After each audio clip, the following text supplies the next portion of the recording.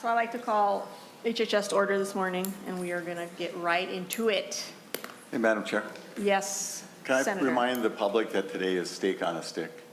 Oh, you And, can. you know, Thank you for that. it's something for everyone. If you're like meat, this is the place to go. If you're vegetarian, you can have the stick, and it's pretty good. So thank you, Madam Chair.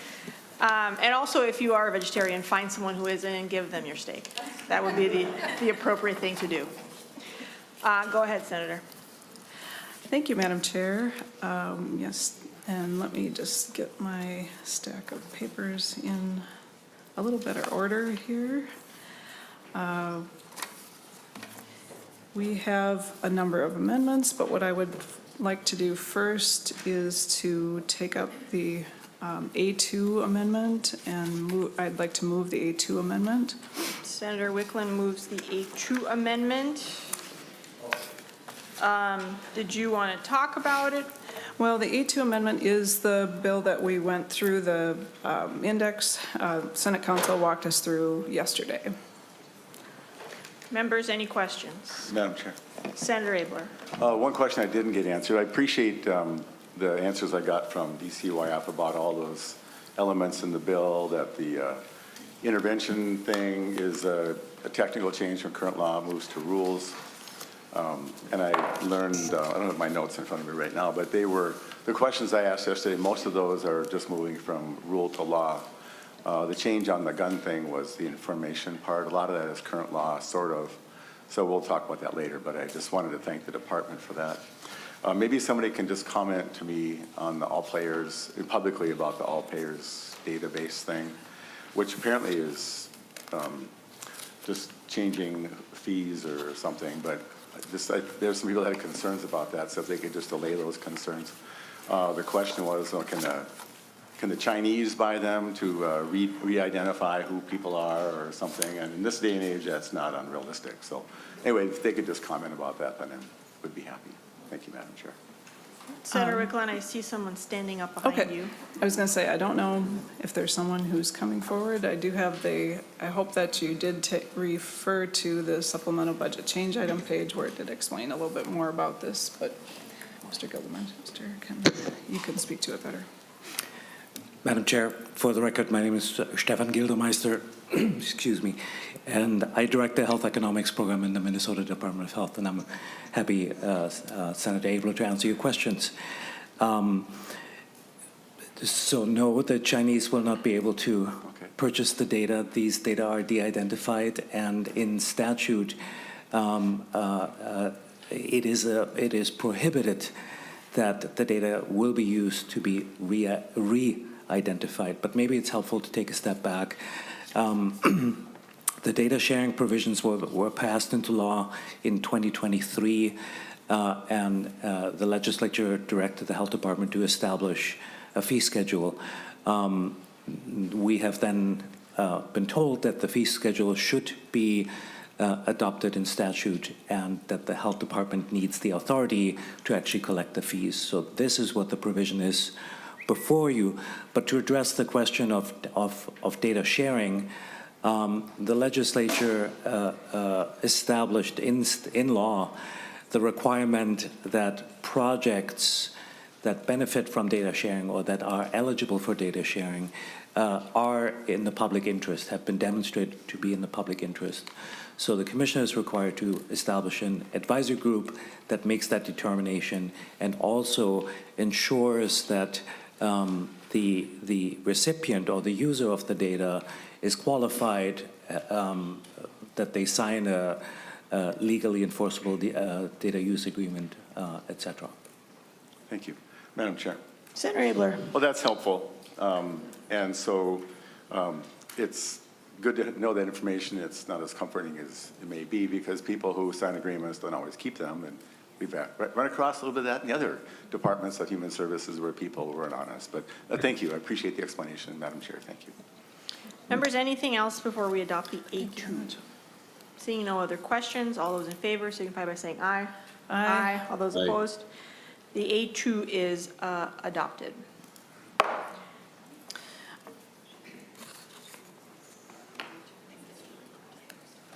Okay. Next, let's move on to the A16. Thank you, Madam Chair. And also, I would just, maybe we'd like, should recognize there are members that are going to be online today, and so they will be voting online, and I don't know if you established that we have a quorum present, but if you could say. We do have quorum. Thank you. Next, I'd like to offer the A16 amendment. Members, this is a technical author's amendment to the DE, and we have counsel available. They could walk through the. Oh, I'm sorry. I'm getting signals that maybe this isn't the right one to do next.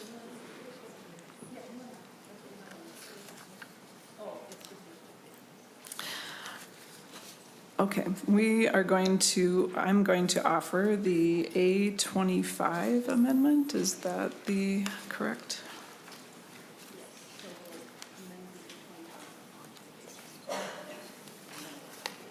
Okay, so you want to adopt the A25 onto the A16 and then adopt the A16? Thank you, Madam Chair. Okay. The A25 amendment is the details that were included in Senate File 4719. These relate to information technology changes that are system-focused and policy-focused. They come directly from Senate File 4719, and by having this amendment go on, then it will make the appropriations article complete. Madam Chair. Senator Abler. Well, thanks. And Senator Wiklund, yesterday you said that, you know, the bill reflects a lot of caucus priorities and actually reflects a bunch of mine too. I had some other ones that would have stuck in there as well, but certainly this upgrading technology is one of all of our priorities, and I know that the bill is a little optimistic about being funded, but if there's a way to get this done, it would be amazing. So thank you for bringing it forward. Motion is to amend the A16 with the A25. Any questions? Seeing none, all those in favor signify by saying aye. Aye. All those opposed? The A16 is amended. Now on adoption of the A16 as amended. My Any members, questions? I would like to move the A16 amendment. Senator Wiklund moves the As A16 amended. as amended. Any questions? Seeing none, all those in favor signify by saying aye. Aye. All those opposed? Aye. The A16 as amended is adopted. Okay. Next, what I have, Madam Chair, is to offer and adopt the A23 amendment. Is that the next one in? Yes, Senator Wiklund moves All the right. A23 amendment. Comments, questions? And I believe, is that the technical amendment that Senate Council is going to walk through? Or,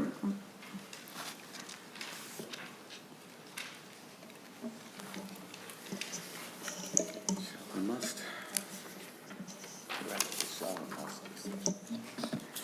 Madam Chair, committee members, just a very technical amendment. Page 1, line 3 is a clarifying change to correct the definition of an eligible dental therapy program under the Health Professionals Rural Clinic Rotation Grant Program. Page 1, lines 4 to 6 was a request from the Department of Health to clarify the use of Health Professionals Rural Clinic Rotation Grant Program.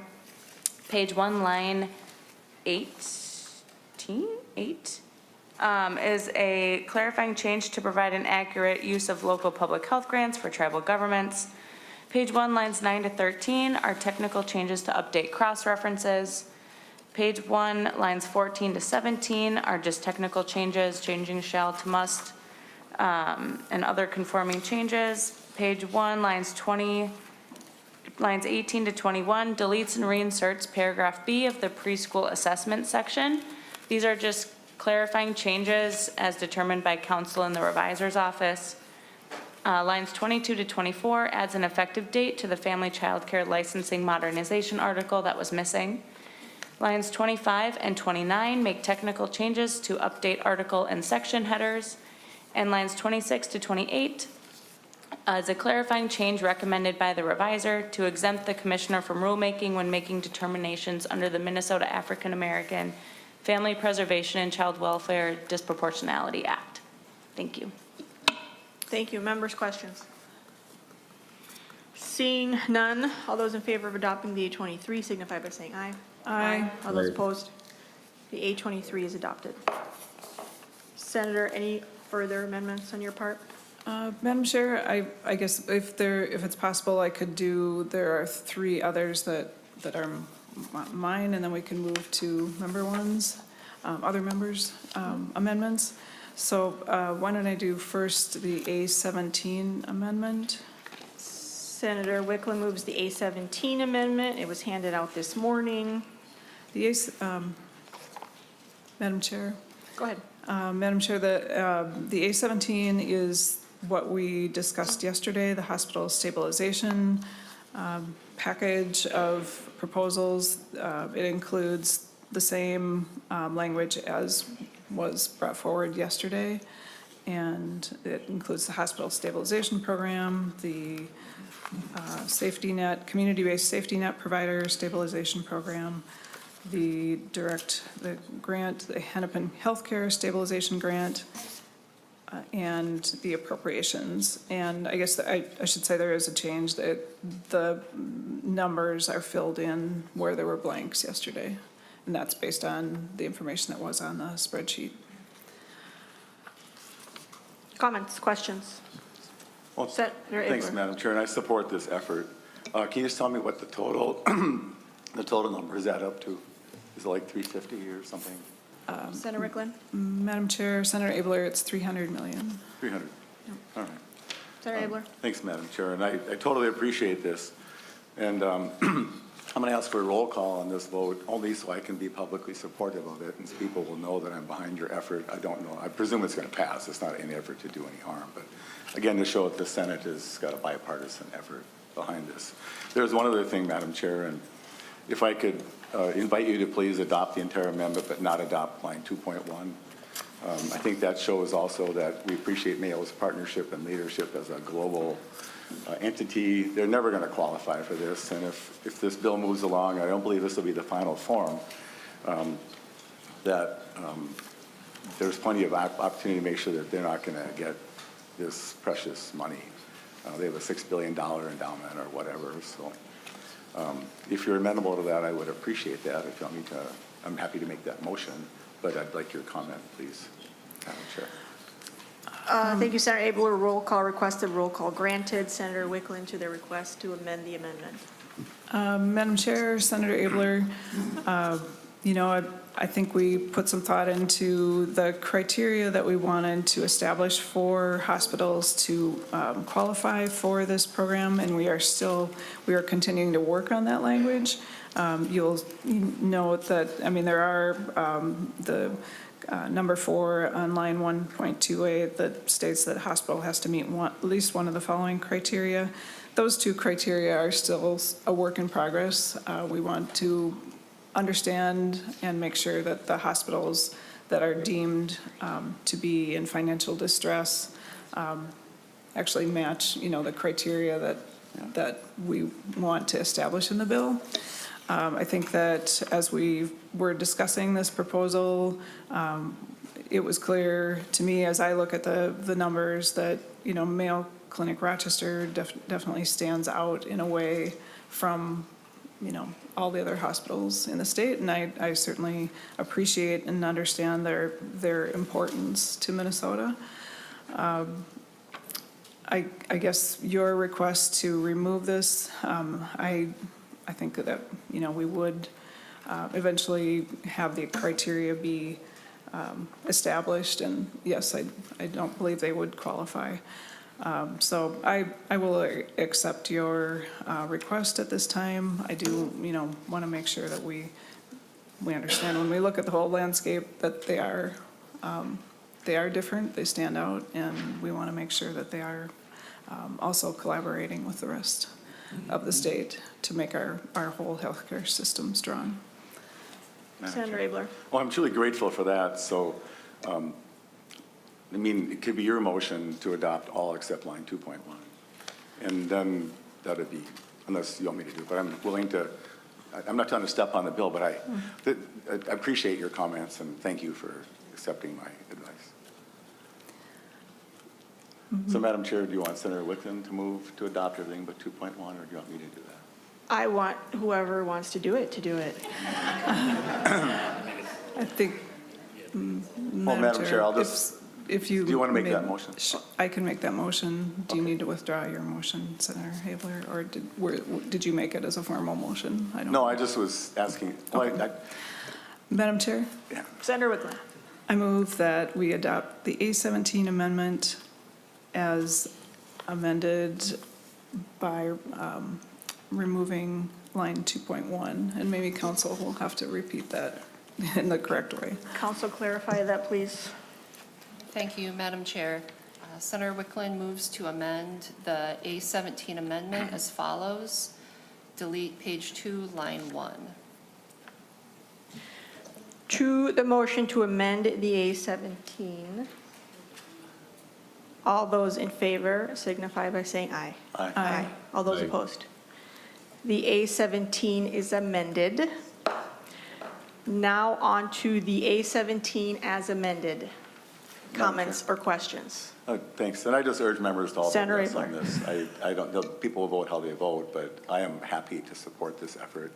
I think in the world where there's been a lot of talk and really pointless, I mean, well-intended but impossible solutions brought forward, I heard it again on the radio today. This is actually a solution that could work. I believe that the people of Minnesota would be willing to risk a little more deficit to save these jewels of our communities, not just Hennepin County, but all these greater Minnesota hospitals and the EMS and some of these really key elements. And so I want to thank Chair Wiklund. This will be probably the most important part of this bill that I really hopefully does go forward. So thank you, Madam Chair. Other comments, questions? On the motion to adopt the A17 as amended, all those in favor signify by saying Madam Chair, aye. it's a roll call. Oh, it was a roll call, that's right, sorry. Go ahead. Chair Wiklund, Yes. Vice Chair Mann, Yes. Lee Dutke, Yes. Senator Abler, Yes. Senator Bolden, Aye. Senator Fateh, Yes. Senator Coran, Yes. Senator Kupek, Yes. Senator Liskey, Yes. Senator Port, Yes.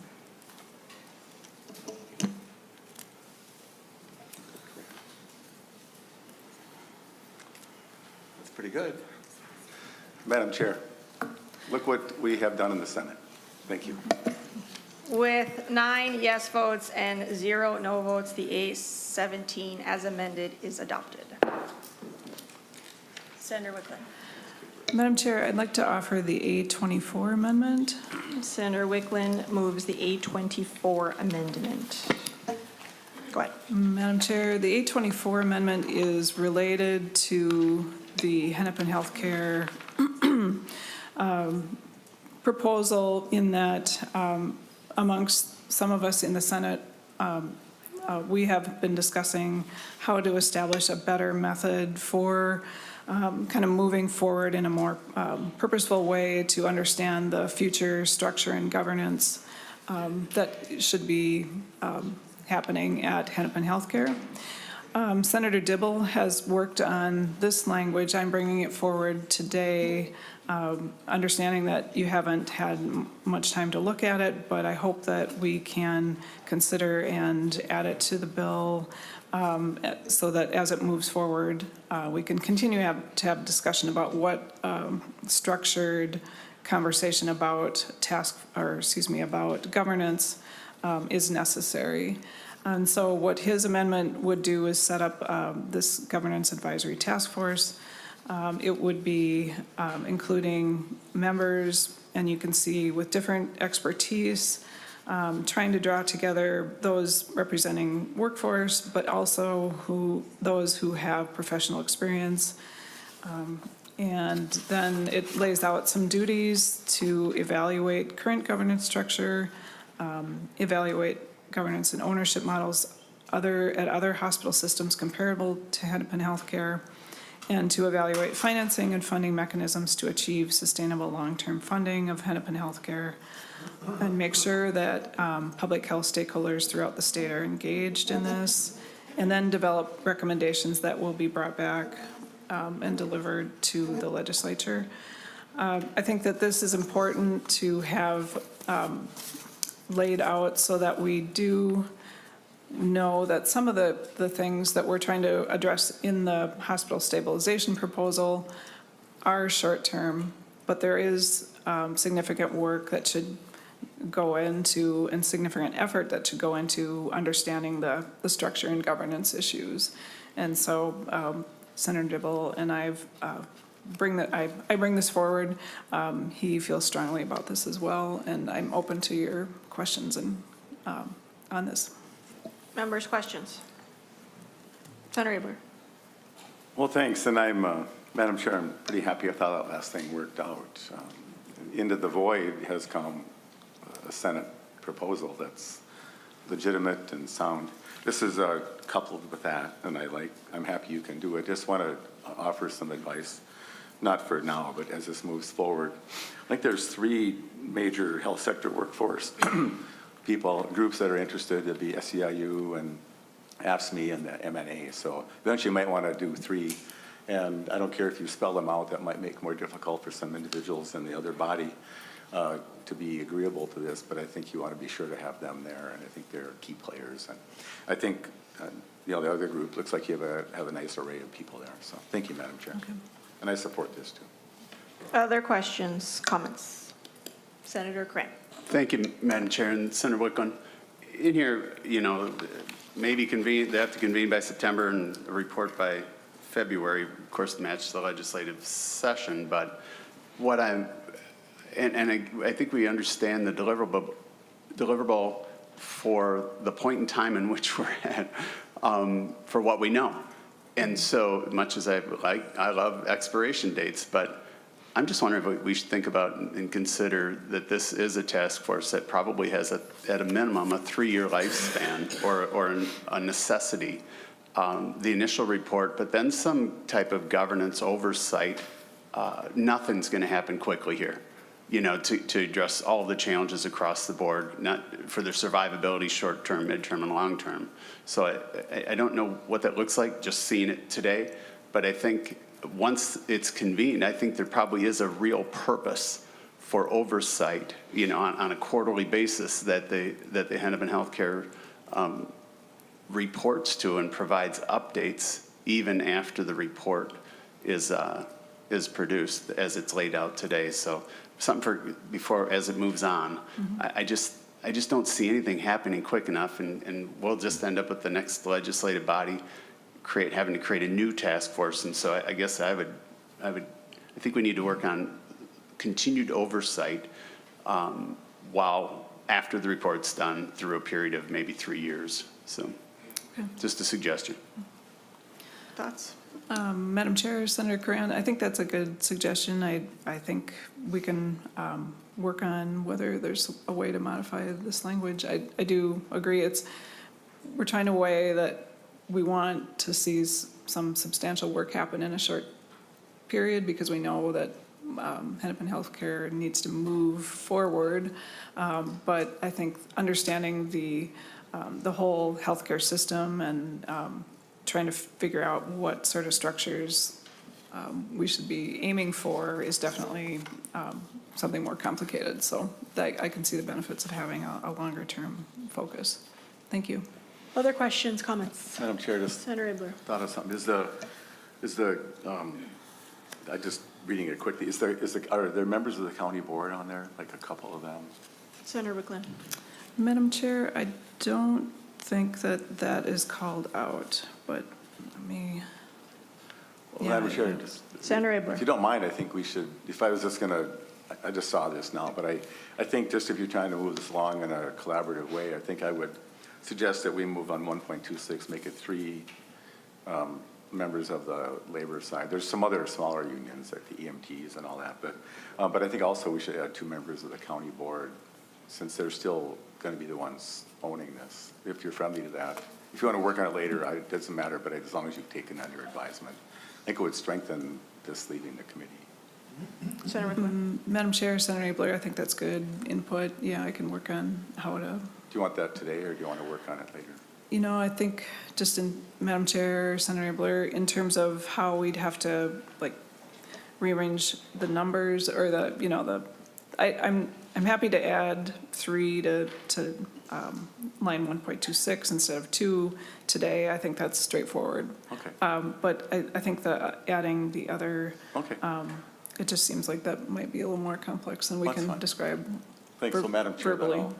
if the staff would advise how to change on 1.26, make that 3, and probably we need to change 1.16 about 13 or something. And if that's friendly, I would be offering that. And Madam Chair, just, and I take you at your word on the county board people. And they have, I've only had one meeting with them, but I appreciate that, and I'm sure they're going to appreciate that too. So if Senator, staff are would you- advise my amendment. You want to do that right now? Please, the 2 to 3.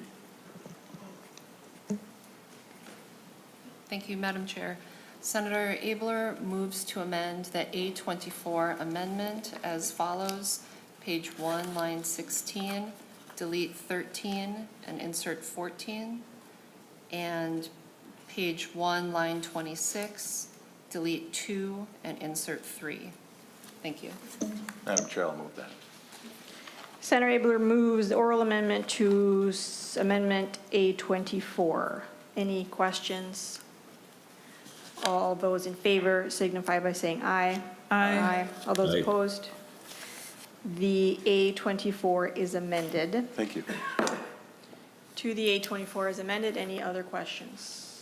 Seeing none, adoption of the A24 amendment, all as amended. All those in favor signify by saying aye.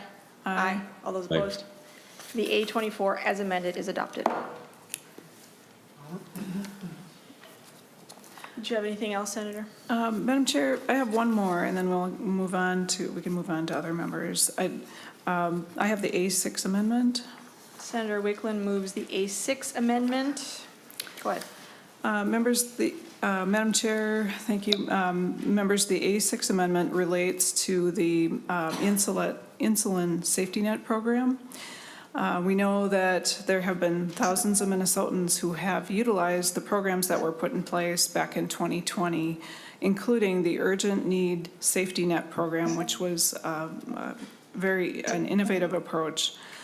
The Alex Smith Affordability Act was a nation-leading bill that recognized that no one should face the barrier of being unable to access life-saving insulin due to not being able to afford it.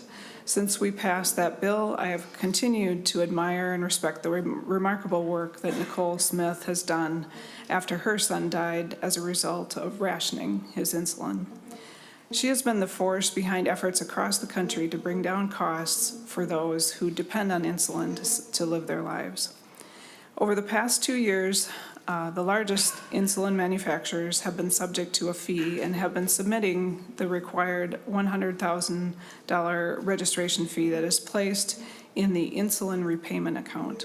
There's a significant balance in the account that is used to pay for insulin and for expenses of the Board of Pharmacy and MNsure.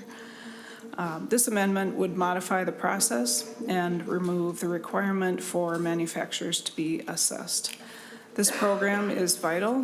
While we have seen some reductions in the cost of insulin since 2020, it is still important that we maintain this innovative method of reducing barriers when an urgent need arises. We discuss in this committee how many barriers there are in place to prevent Minnesotans from accessing health care when they need it. This program is one way we have put a method in place to address an issue that needs to be solved long-term, and it shouldn't be an issue, but we do know today that we have this to take care of people. This amendment will allow the program to draw on this repayment account and continue as it is into the future, and so I ask for your support to make this change. Members, questions? Senator Liskey. Thank you, Madam Chair. Madam Chair, Senator Wiklund, I can appreciate the intent on the amendment, trying to find a way to protect insulin safety net. I don't find the funding mechanism to be a very valid one, being that the Healthcare Access Fund was designed to help fund Medicaid, and those things are coming directly from the provider tax. And of course, now we're implying that the provider tax should be paying for insulin. And the whole point of the provider tax was to pay for Medicaid. And we just made cuts to Medicaid last year, and we continue to make cuts to Medicaid. So if we're going to use those funds, we should be using them for the things that we're cutting and not for the things that aren't related. And so I definitely do not support this amendment. Senator Wiklund. Madam Chair, Senator Liskey, what is in place is that this registration fee has been collected. It goes into this repayment account. That will continue to fund the program. The Healthcare Access Fund transfer is only needed if there's, if necessary. We will utilize the money that goes into the account to pay for the program. Senator Liskey. Thank you, Madam Chair. Madam Chair, Senator Wiklund, the problem I see is that basically you're using the Healthcare Access Fund as a backstop. So either the fee will be able to pay for it, and we don't need the language around the Healthcare Access Fund, or it won't, and that's why we're including the Healthcare Access Fund. So I'd be a lot more comfortable if that's the case than just removing the Healthcare Access Fund language so that we don't have that as a backstop. And Senator Wiklund. Madam Chair, Senator Liskey, I can appreciate your concern and your desire to do that, but I would not wish to make that change at this time. I'm only interested in making the changes that are in the amendment. Other questions, comments? Senator Bolden. Thank you, Madam Chair. I would request a roll call. Roll call requested, roll call granted. Anything else to the amendment? Chair Wiklund, Yes. Vice Chair Mann, Yes. Lee Dutke, Yes. Senator Abler. Senator Bolden, Yes. Senator Fate, Yes. Senator Coran, Yes. Senator Kupek. Senator Liskey. Senator Port. Yes.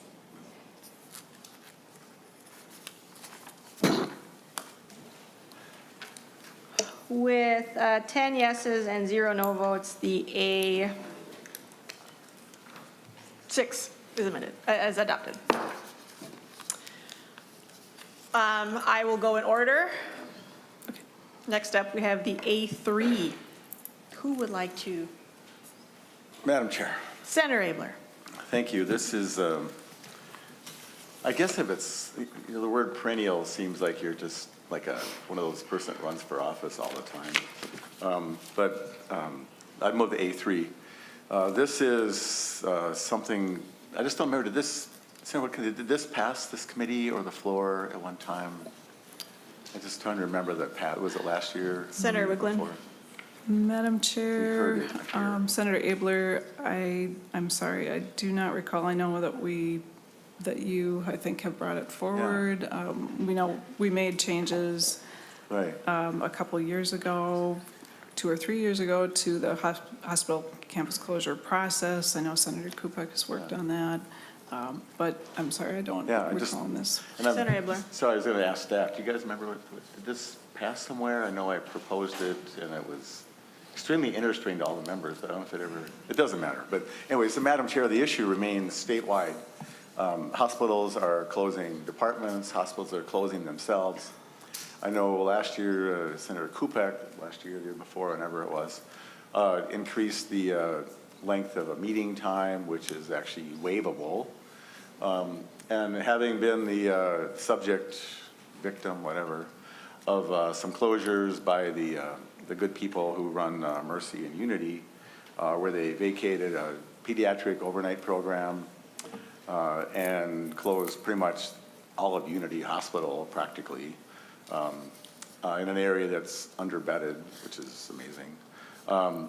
And then they have a meeting. And so I've been to the meetings, and you go there and people gather much like they do here, and they present the idea, and then the group come and say, oh, I think this is horrible, and they say, thank you for coming. we're taking comments until tomorrow at midnight. And then they do whatever they want. And so, and I appreciate the challenges that hospitals have these days. Nonetheless, as hospitals and different groups have gotten bigger and bigger and gobbled up happily once independent clinics and hospitals and places, they now assume the responsibility to care for the people who are served by those entities. And now in the name of modernization and now we're losing money, they just do whatever they want. And there's no community, there's no public interest review except what they deem in the public interest. And even if the department offers advice, it's not at all binding. And so I'm troubled by that.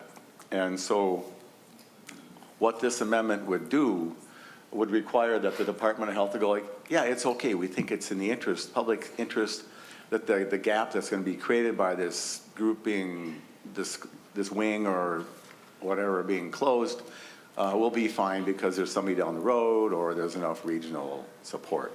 And so DCT was wanting to be carved out, so that's the change from when you saw it before. And I have no interest in messing with direct care and treatment and, you know, AMRTC or any of that sort of thing. So that's carved out, but that's the bill that I brought forward before. And I just think as we watch the erosion in so many ways of the healthcare services to people who actually rely on us, as we now decide to shore up HCMC and maybe 30 other hospitals, that they understand that they have a duty. So that's my amendment, and I appreciate your comments from the committee and from you, Madam Chair. Senator Wiklund. Madam Chair, Senator Abler, while I do think that strengthening the process is a part of how we better understand how changes are happening in the healthcare system, I guess this amendment today I'm not going to support.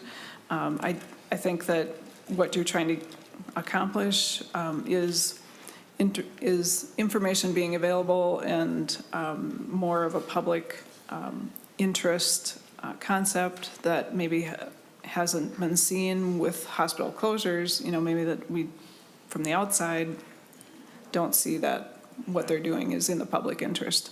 But I do think it does put in place pretty significant barriers to hospitals being able to take action on issues they're facing. I will comment on, you know, not wanting to just ignore this issue.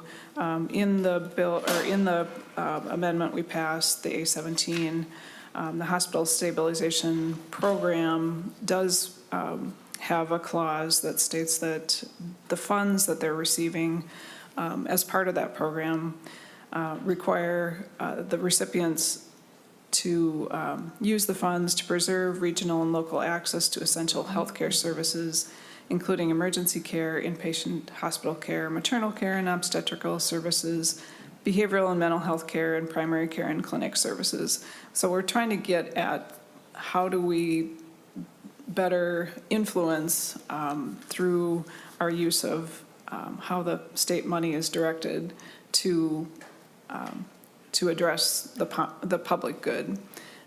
So again, this is something that's a work in progress, but it's a way to try to get at, if you're going to accept this grant money, we do want to see it go towards purposes that are supporting the public interest. So I think that this amendment would put in place a process that I don't know, I just see it as too cumbersome to implement at this point as we're looking at hospitals that are facing financial crises. Senator Abler. Well, thank you. No, I appreciate the discussion. And so what's not present in the current structure is the ability for this information to come forward from the Department of Health saying, no, you can't close. And so we are, in the HCMC matter, it's what I want them to say. No, don't do it, because people will die. And the discussion about closing the overnight pediatric beds, at the hearing that we had, that was, you might as well just have donuts and eat them and go home because it was pointless. There was a man who came forward and said that had they not had the overnight beds, his child would have died because there wasn't time to get the children's in this situation. And so that's my concern about it. And even if my amendment were law, HCMC could not close. And they would, all these, we're going to close in June and all that would be moot because it clearly is not in the public interest. And nobody would agree that it is, even the board who's struggling with the money. And so we came forward with a more positive thing. But I think it warrants discussion. Madam Chair, I'm not going to ask you to vote no on this. But I do think the discussion needs to happen. And we are, America, there's corporations and many corporations are amazing, but we are being run by corporate healthcare in the name of good work. I won't burden you with the name of the individual I talked to with one of the large groups. They have a 40 percentile nursing ratio. And I said, that seems like an inadequate number. Why don't you have half? And as we chatted, they said, well, we think we can make it better. And better to them was 35%. And so what happened to quality care? What happened to worrying about patients? What happened to getting value for all the money we're spending? So that's my concern. I'll continue to talk about that. And but I think we're doing such a wonderful thing in the hospital stabilization thing. I'm not going to burden the committee with making a vote no on this also worthy idea. So with Madam Chair, I'll withdraw the amendment. Thank you. Senator Abler withdraws the A3. Next, we have the A4. Senator Bolden. Thank you, Madam Chair. I will offer the A4 amendment.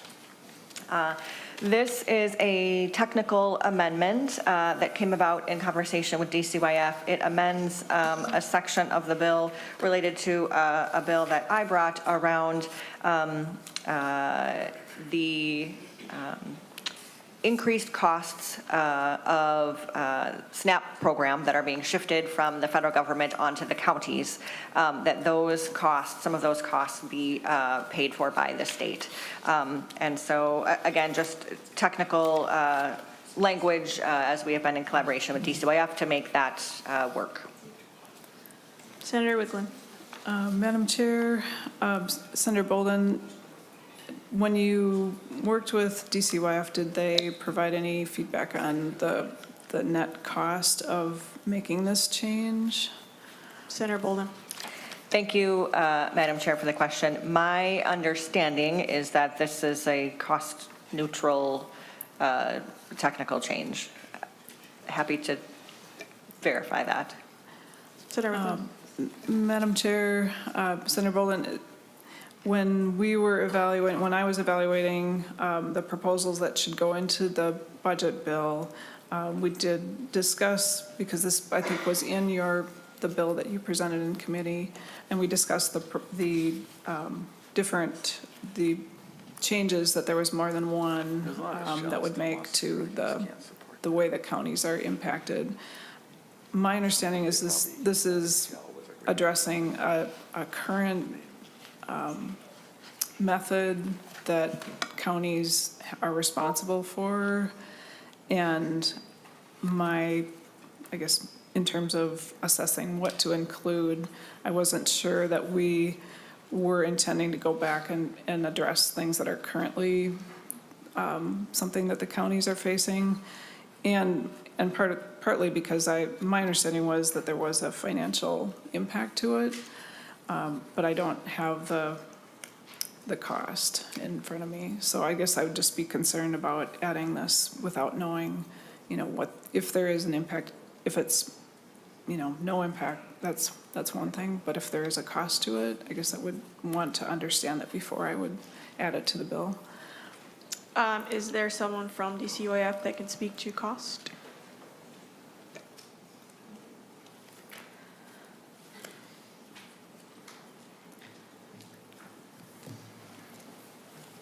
Welcome, introduce yourself and proceed. Thank you, Madam Chair. For the record, Nick Dem with DCYF. Madam Chair, members of the committee, I don't believe that there would be cost to this because this is retaining an aspect of current law. What the A4 amendment is doing is it is retaining the existing requirement that counties would share some liability penalties for federal sanctions, but it's narrowing the scope of those sanctions. only to include instances where a county or counties are knowingly non-compliant. So that's existing law. That just, the A4 just retains that, but it removes the requirement that counties would be subject to any other federal sanctions. Those are pre-existing penalties under the SNAP quality control system. Those are unrelated to the HR1 cost share, so those are not something that we're facing now. Those are penalties that we could face in the future, but it's not something that we're projecting at this time. Senator Wiklund? Madam Chair, if that is the case, then I'm okay with adding this to the bill. I would Senator accept the Cran. amendment. Thank you, Madam Chair, and Senator Wiklund and the testifiers. So knowingly not compliant, who gets to make that determination? Knowingly not compliant because they weren't provided with the tools or the information to be able to do so. They've made a good faith effort. Who's going to make that? Is that just going to be a decision up to the commissioner of DCYF? Mr. Dem? Madam Chair, Senator Curran, the current statute says that it would have to be a matter of official record from the board of their directors, so it'd have to be something that's on the record as an official policy position of the county. So I think we're really looking at an extreme example of noncompliance. It's probably highly unlikely for a county to be responsible for federal sanctions in this example, given how the quality control system works, which is essentially a random sample of cases. So this really speaks to, as I said, an extreme example of noncompliance. So it's existing statute, that's what the existing law says, so we're essentially retaining that protection against noncompliance, but to your point, it's not very likely. Okay. Senator Thank Cran? you. Thank you, Madam Chair. Thank you. Other questions? Senator Bolden moves the A4 amendment. All those in favor signify by saying aye. Aye. All those opposed? The A4 is adopted. Next, we have the A5. Madam Chair, Senator Abler? I'd like to move the A5, and there may be a testifier for this. So the deal is with the physical therapy pre-authorization requirement.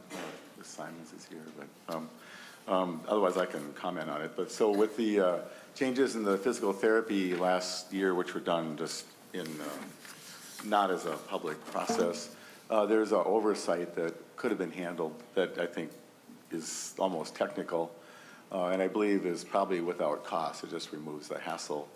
And so this is about, it wasn't Ms. Simons, it was somebody else. But anyway, so if you're if you're in like Gillette and you're getting on the way out, they need some PT work, and the pre-authorization would almost certainly be provided.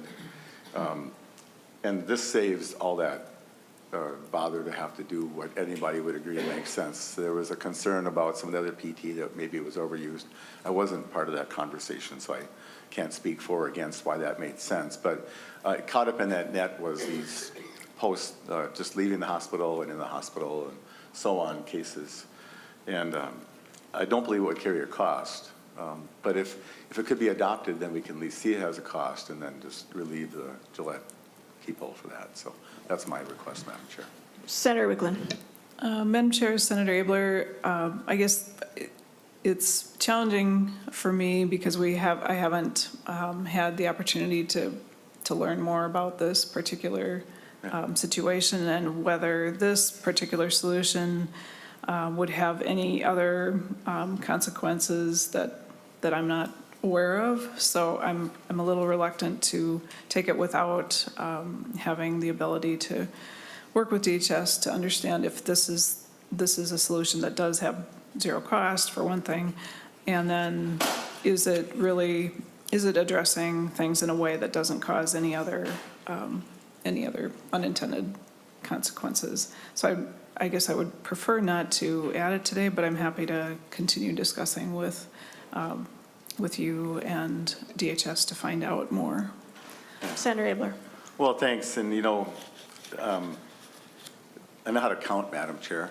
And, you know, your influence is very strong in this committee. And I think some people that might like this idea would be inclined to agree with you for the moment. But the target on your bill is, I would say, flexible. And so just if the department, if they're here, if they're willing to fiscal note this without it being in the bill, part of why you want to put it in a bill is so they have to actually deal with it. If they will commit to giving me a fiscal note on this, but also just in terms of this whole pre-authorization thing costs a lot of money. As a member of a group that's still in business called Medica, pays me $22.38 for a 98940 adjustment. The copay is $20, and so to be a good Medica person, I have to send in a form to get paid $2.38. And so somebody thought that it was a good plan. And so I can't imagine what Medica spends. I know what we spend on our side. So we just like sometimes violate I shouldn't say, but we always would comply with our contract, Madam Chair, and do everything that they would request of us. But it's ridiculous. And some of this pre-authorization where you know it's a given only adds to the cost. And why our costs are higher in America than anywhere else is because all these middle people who get their fingers on the flow of money, I think in the range of 30, 40, even maybe 50% of the money that goes into some pointless thing. So, Madam Chair, I will take you at your word that you can work with me on this. And if DHS will just tell me that they're willing to fiscal note this, or I see a nodding head back there, Madam Chair. So I will accept that help, and with that, I'll withdraw the amendment. Thank you. Senator Abler withdraws the A5. Next, we have the A7. Who would like to offer the A7? Madam Chair. Senator Abler. So maybe if we could take that up after the A12.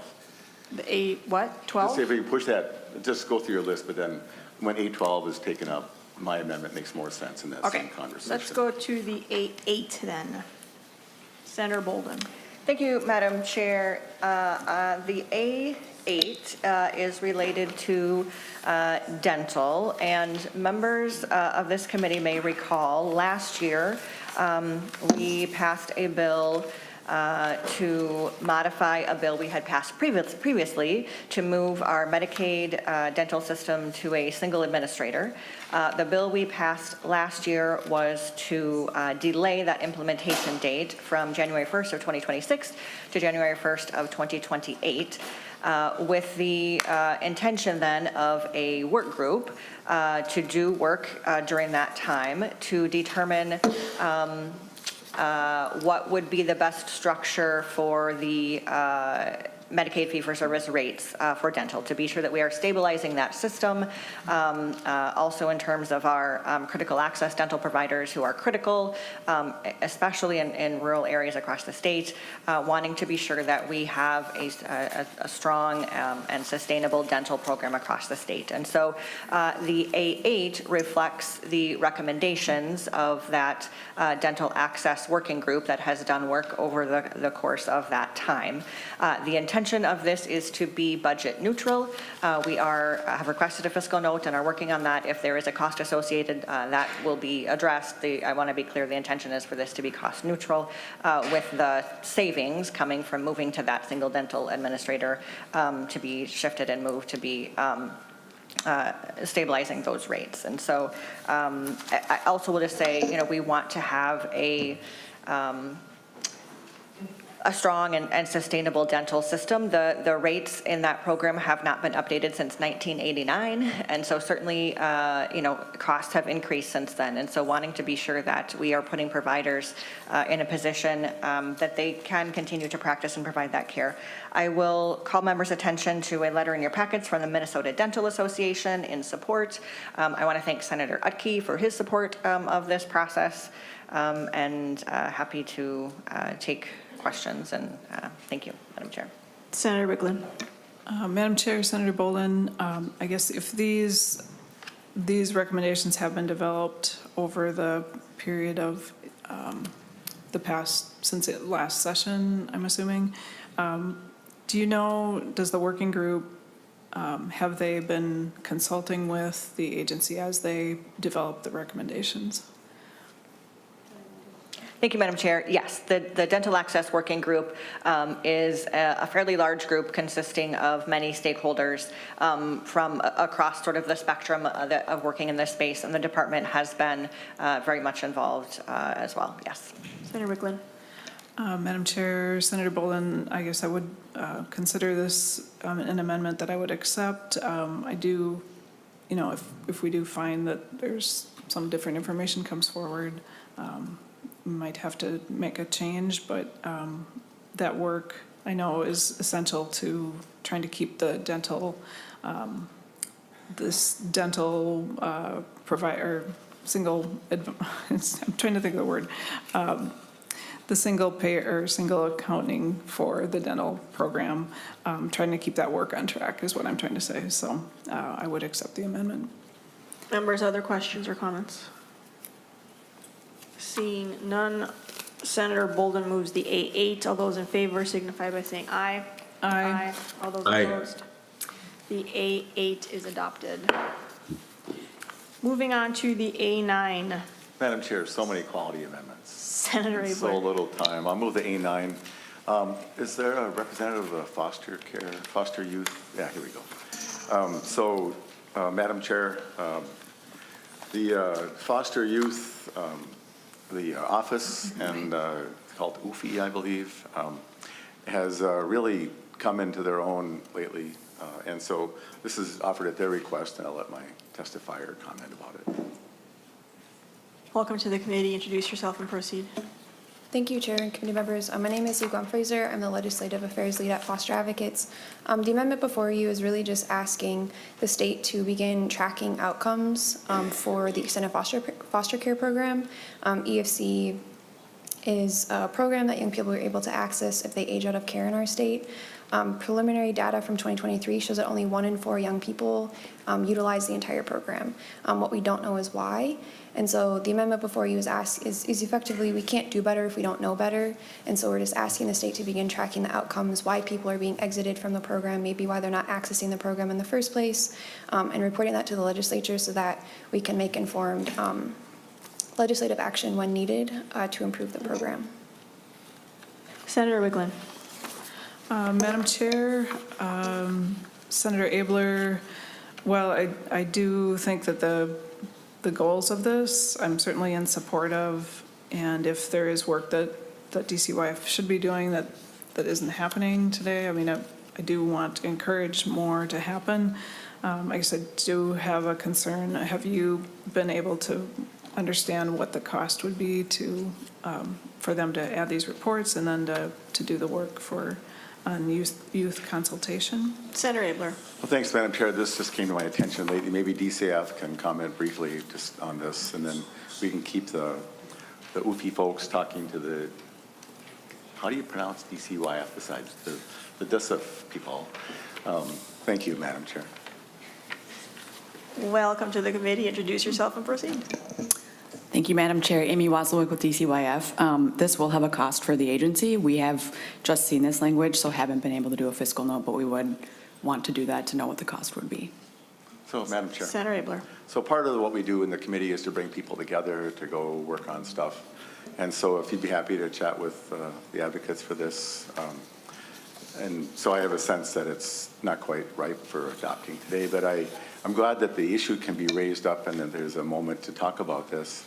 And so if both the parties are amenable, if you can see what can be done, and perhaps there could be some work that you could agree to do as part of your budget, which is pretty good sized, to make sure that this need that we have charged you with can be taken care of. I would appreciate offering that on the floor at that time, so when this bill comes up. So how's that sound? So Madam Chair, do you want to say anything else? Madam Chair, Senator Abler, I appreciate your willingness to have that conversation go on and rather than adding the amendment today. So anyway, so is that all right? Yeah, thank you, Senator Abler. Okay, well, that's good. So let's, with that, Madam Chair, more good work to happen. I'll withdraw my amendment. Senator Abler withdraws the A9. And Senator Abler, these are all, like you said, great amendments. Great. But you should have brought them up like a month ago, and then we could have actually done the work. What? Moving on to the A10. Madam Chair, I will present this remotely if I can. Senator Uckey. Thank you, Madam Chair.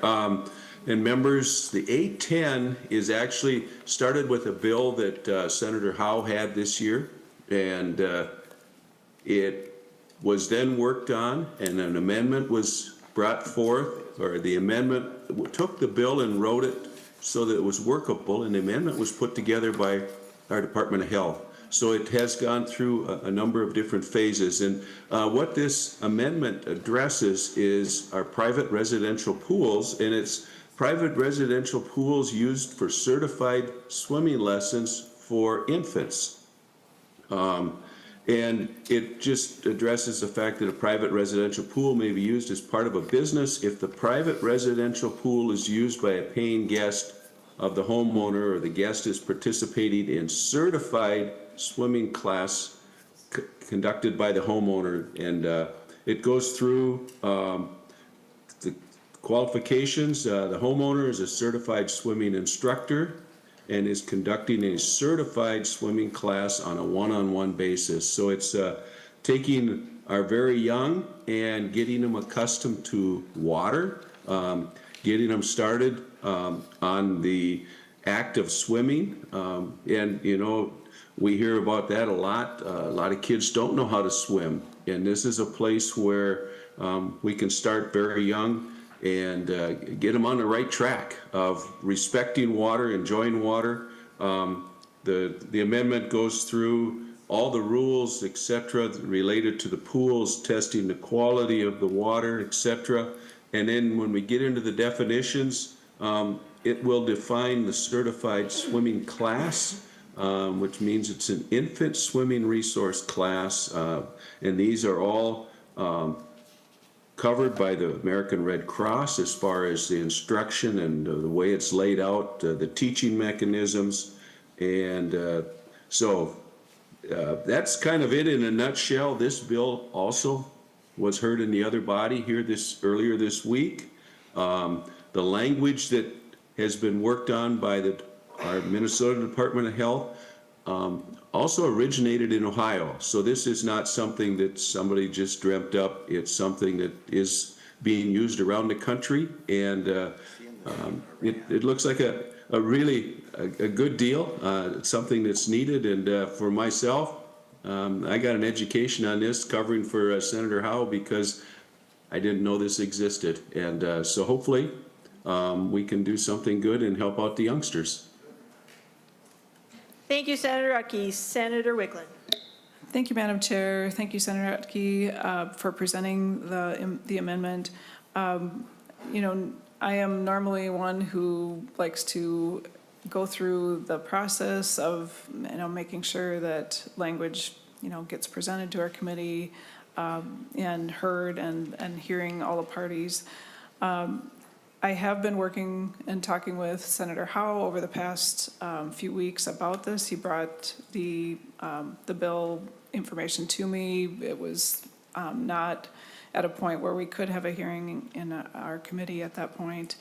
But as I worked with him on it, and he was able to help me understand that the Department of Health had been working on this in the background outside of what I knew, and that he worked with them to make sure that the stakeholders were accepting the feedback that and the technical assistance that the Department of Health provided. So I do see this as an amendment that I would accept as something that we can put in place and then allow for more access to swimming lessons, which I do think even as infants, it is important for kids to learn about swimming and how to swim. So I would accept the amendment. Members' questions? Seeing none, Senator Uckey moves the A10. All those in favor signify by saying aye. Aye. All those opposed? Aye. The A10 is adopted. The A12. Senator Bolden. Thank you, Madam Chair. This is a bill related to cell and gene therapy. In recent years, there has been rapid progress in the field of genomics, which has led to a development of gene therapies. Treatments with the ability to modify an individual's genes to address the root cause of a disease versus treating just the symptoms. These treatments represent unprecedented advancement in medicine for rare disease patient populations and open up a world where some of the most devastating rare diseases are now potentially curable. One example I would give of that is sickle cell disease, which is, as folks may know, a blood disorder that causes a pain crisis and health complications. And while there are treatments for this disease, gene therapy is curative versus providing just chronic disease management. And so the state of Minnesota has been at the forefront of advancing the field of gene therapy. We are a national leader in clinical trials for gene therapy. We are nationally recognized for our care management of rare disease patient populations. However, we risk falling behind if we don't continue to prioritize the clinical delivery of these gene therapies and explore actions that will support the sustainability of the field that is still in its early phase. The state of Minnesota has the capability to be recognized as a leader in the development and delivery of cell and gene therapy due to our research and biomedical ecosystem. And as is the case whenever there are significant shifts in technology, there is an urgent need to address our policies and reimbursement structures to keep pace and ensure that these treatments are accessible to the people who need them. And so this is an amendment to do just that, to be sure that we are that our policies and our reimbursement structures are keeping pace with the technology that has a potential to save people's lives and dramatically improve people's lives. This has been worked on in collaboration with the Rare Disease Advisory Council, which I'm proud to partner with frequently, and just appreciate the conversation and ability to talk about this and continue to work to move it forward. Senator Wiklund. Madam Chair, Senator Bolden, thank you for bringing this forward for discussion. This is something that I feel, we did feel a sense of urgency a couple of years ago. It was either 2 years ago or 3 years ago when we, Senator Bolden, I believe you brought the bill forward initially to try and get these life-saving and life-altering, really, therapies to our public programs. And since then, I think there has been, excuse me, a lot of work that has gone on. And the Department of Human Services has worked to incorporate the ideas and the methodology to create these value-based arrangements. Because the therapies are so expensive and we don't have a good model for incorporating new, very expensive treatments into our Medicaid system. So I think that work has progressed. Is my understanding there is one treatment that is available. We would like there to be more, but I think that my concern with this language would be that it would kind of undo the work, some of the work that they have done, and then it would put the department or our public programs under the pressure of being responsible for the actual acquisition cost for these biological products, which I think would be something we'd need to really understand what the cost of that change would be. So it's not something that I can accept at this time, but I hope that this type of cell and gene therapy work does continue. Senator Bolden.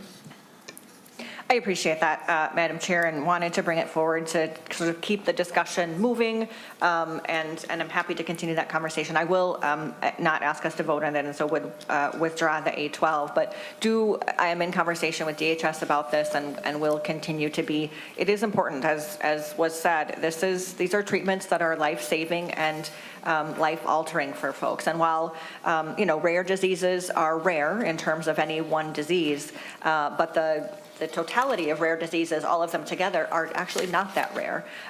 Chances are you may know somebody who has a rare disease. And so this technology is going to continue to advance, and we want to be sure that our policies are keeping up with that, so we can be sure that people who need and deserve these treatments have the ability to access them. So I thank you for the discussion. I will continue to work on it and bring it back in future discussions, so thank you. Thanks. Senator Bolden withdraws the A12. Senator Abler moves the A7.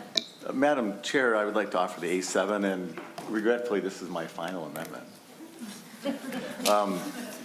And I have a testifier, if the rare disease people can come up and say hello. So this is, Madam Chair and members, this is Senator Coleman's bill on the very same topic, and I appreciate Senator Bolden offering her amendment. It's important that that these topics continue. And I've waited to speak on the last amendment, and then I'll just have some brief comments from the rare disease folks. So you understated it, Senator Bolden, about, I mean, you were very kind.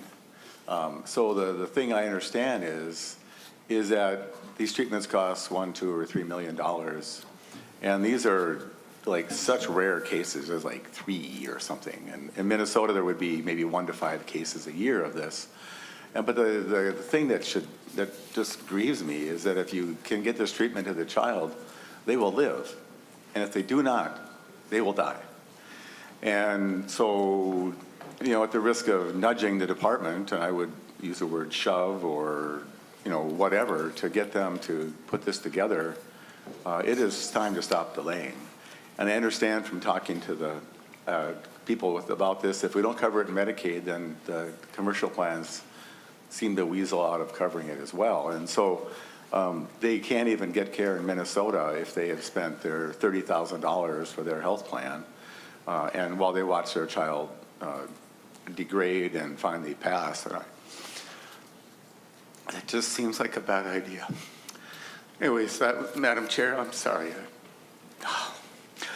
Anyway, I'll let my testifier offer her comments and thank the committee for their attention. Ms. Barnes, welcome. Introduce yourself and proceed. Thank you, Madam Chair. My name is Erica Barnes. I'm the Executive Director of the Minnesota Rare Disease Advisory Council. And on a personal note, I am the mother of a child who passed away from one of the rare diseases that now has a gene therapy. This bill that's being introduced by Senator Abler would sort of be a companion to the bill that Senator Bolden introduced. We certainly know that gene therapy is a nascent field, and there are many, many challenges to the field in terms of reimbursement.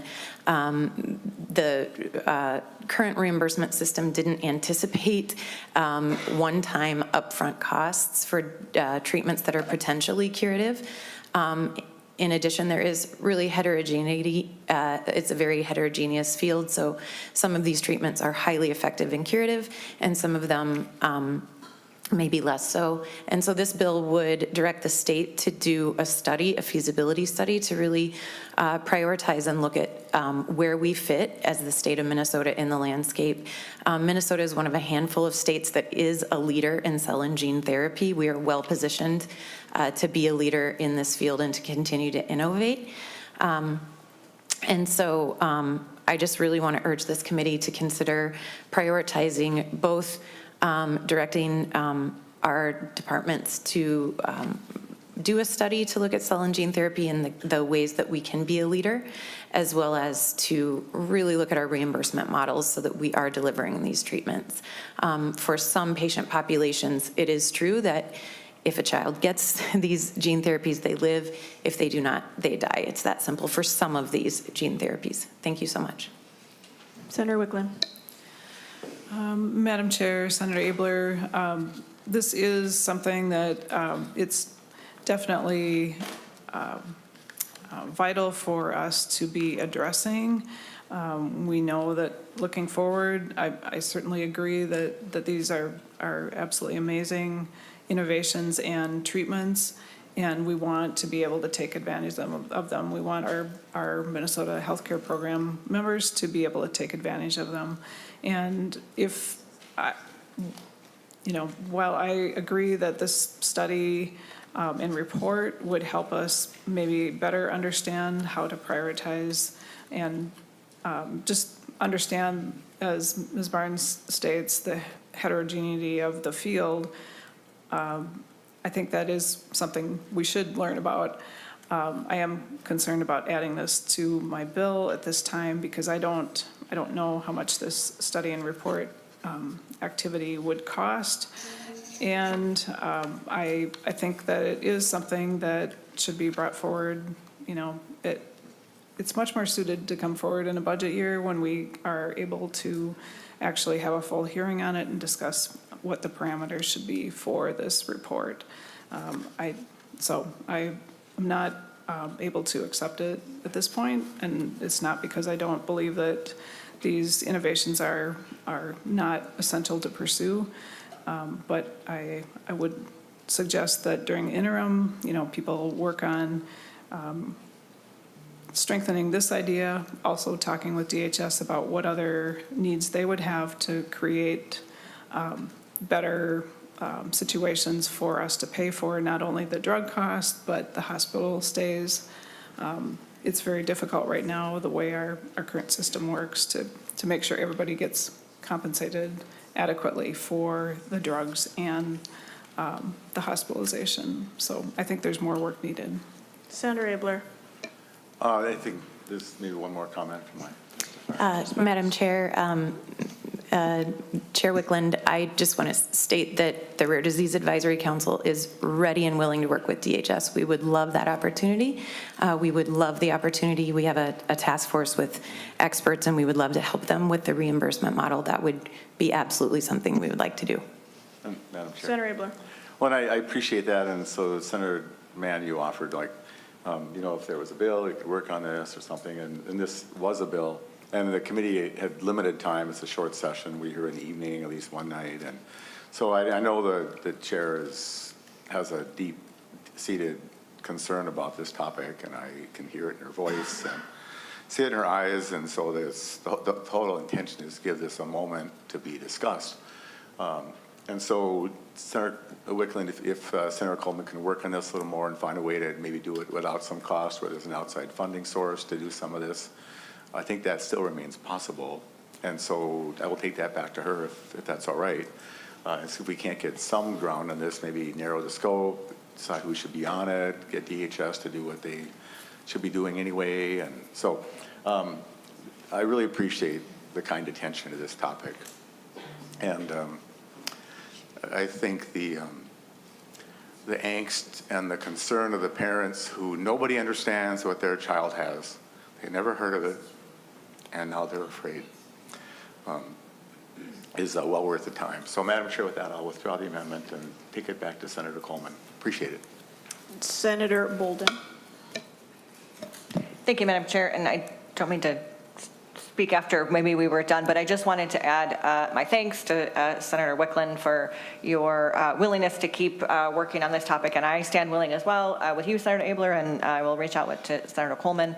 And thank you to Ms. Barnes for all of your work on this. I just will note that this is going to be increasingly important for us as a state to focus on and work on, as we are seeing the federal government is cutting back and abandoning their role in research for rare diseases.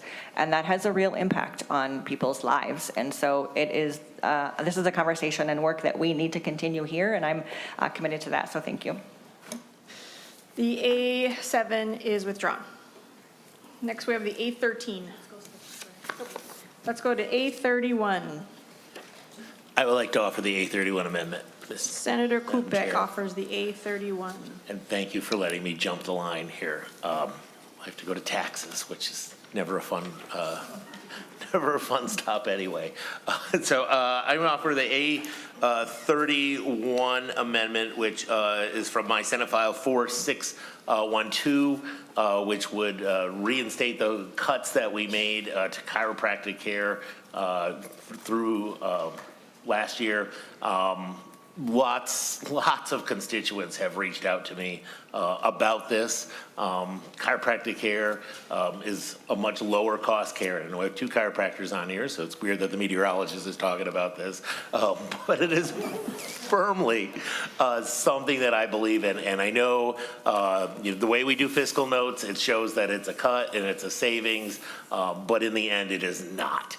We know that this is a much lower cost of care. These people are still going to be entitled to care. They're going to go seek it somewhere else. They're going to pay a higher cost for it. The state will pay a higher cost for reimbursing that. And in the end, we don't. And we have people that have worked with trusted providers over the years that seriously alleviate pain in their lives, and they're not able to get that care from that trusted provider anymore. So, and I know, Madam Chair, we've discussed this, and I know in some ways we have a lot of fiscal things that we are really trying to solve here, some very big things, and plug some gaps within the state healthcare thing. And I know that the budget is tight, and this might not be the time to do it. But I think it's something we should definitely look at going forward. And so I intend to withdraw the amendment, but if any other members would like an opportunity to make a comment on this, I'd like to leave it open for them. Comments? Senator Liskey. Thank you, Madam Chair. Senator Kupek, you've hit it on the head. Chiropractic care, there's patients that as soon as they found out, they hoped like crazy that this wasn't true. I still get calls at my office every single day reaching out saying, hey, I have this insurance. I just got on insurance. They're really excited because they've been going without insurance for a long time, and they just got on MA or they just got on MNsure. And I think the thing that's most frustrating is probably the MNsure part, because they're paying a premium and they understand that they are paying for coverage. And it turns out that because of what happened last year, this cut out their coverage as well. And so and I know maybe Senator Wiklund, I can see that you're maybe shaking your head at what's happening, but when I, as a provider, call the health insurance companies I'm in network with, Blue Cross Blue Shield, Health Partners, you name it, they changed it and they took it out of the MNsure program. Whether that was intentional or unintentional, that is what ended up happening. And so the MNsure people who are paying their own premiums also lost this coverage. And we checked with all of their networks. I've checked with all of my network providers. Not a single one of us is going to be able to provide care for MNsure or Medicaid patients, which is pretty frustrating, other than those that are under the age of 21, which generally don't seek chiropractic care unless they have a sports injury or something of that nature. So I support Senator Kupek's efforts to try and reinstate it. This is a much more affordable care. They come to see me, it costs roughly $30. They go to the urgent care and it costs more than $150. So it's definitely not more expensive to come to a chiropractor. And so there's not really a cost savings in that regard. Nobody else. Senator Wiklund. Madam Chair, Senator Kupek, Senator Liskey, I am not in disagreement about the value of having the availability of chiropractic services. I will say that what we passed last year only affects the Minnesota healthcare programs. That does not include plans that are sold on the individual market. I don't know how they made their decisions and what's included in the plans, but that's totally separate from what we passed last year. As I've said before, that was not a provision that we brought in as the Senate because we had discussions about the value of chiropractic services. We did not take this position that this benefit should be cut into, we passed off the floor without this. I would have preferred not to take it, but that came about through some difficult decisions we had to make as we did that negotiation last year.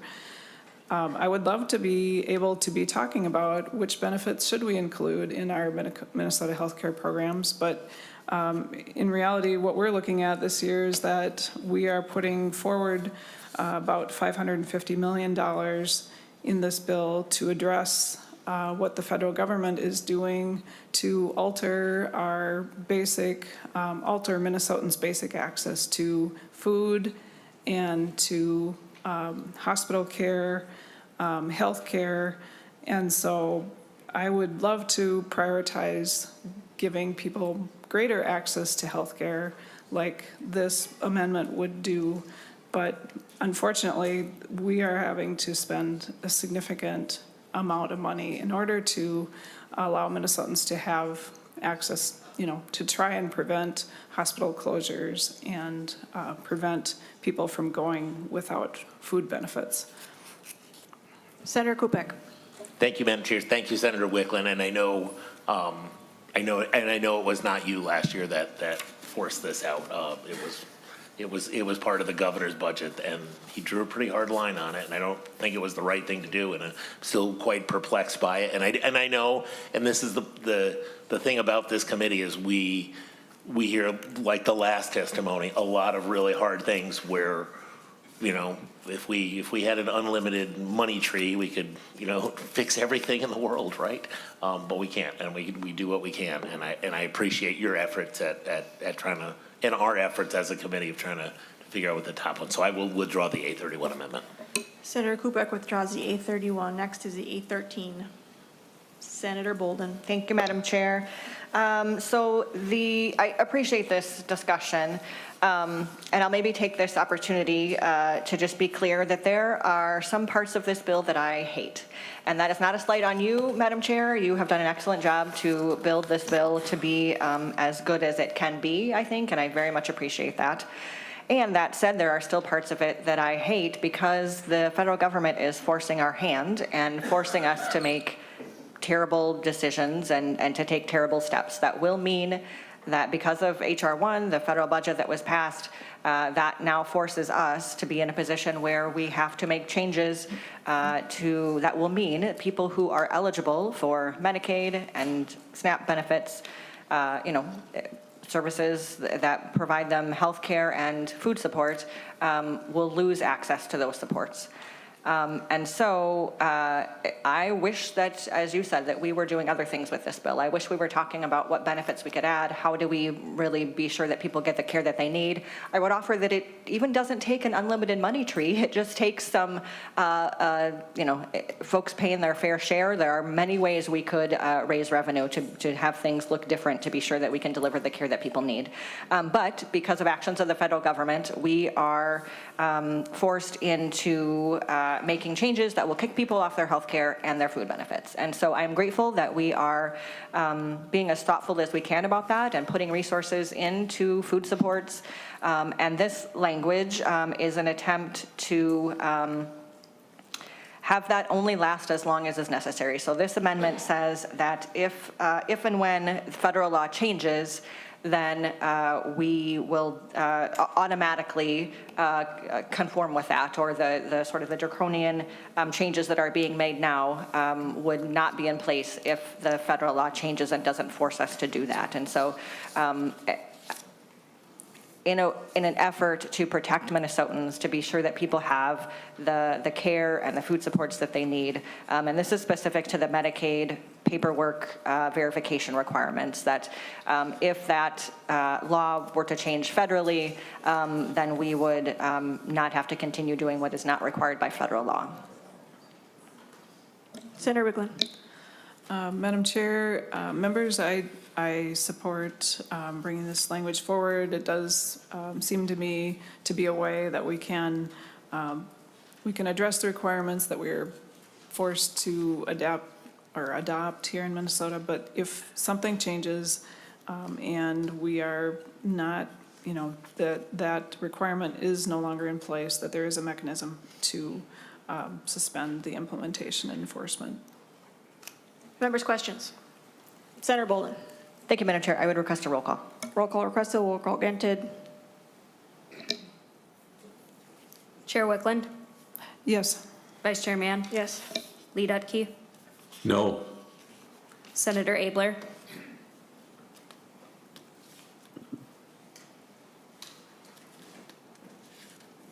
Pass for now, for the vote. Senator Bolden? Yes. Senator Fate?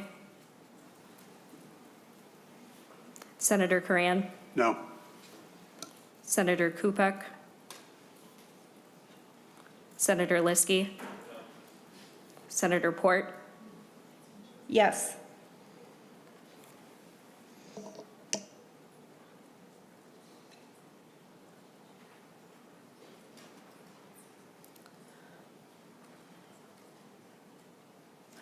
Having 4 yes votes and 3 no votes, the A13 is adopted.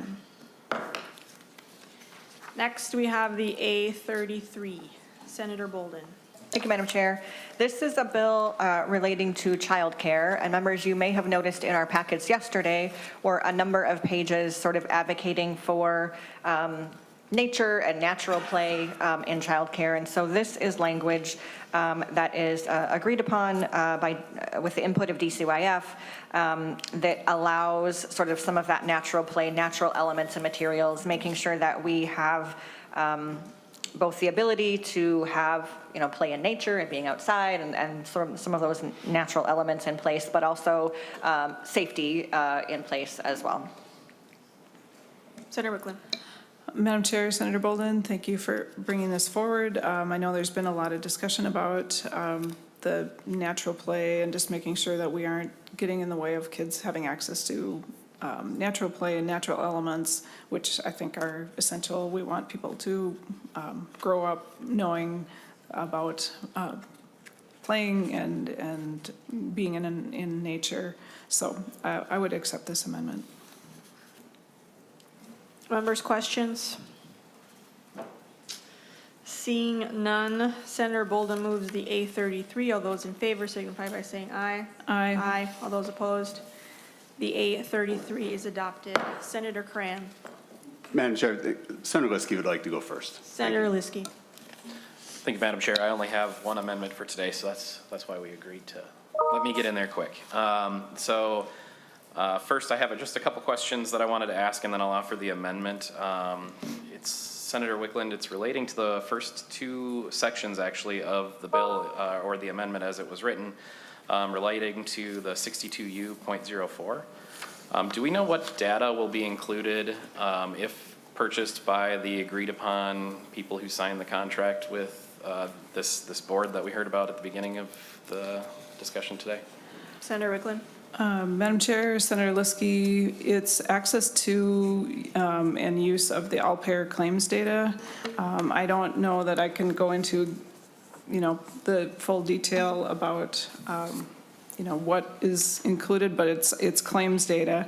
It's something that we had established many years ago, this repository of de-identified health insurance claims, enrollment information, and prices for health services provided to Minnesota residents. And I'll say that again, it's de-identified health insurance claims.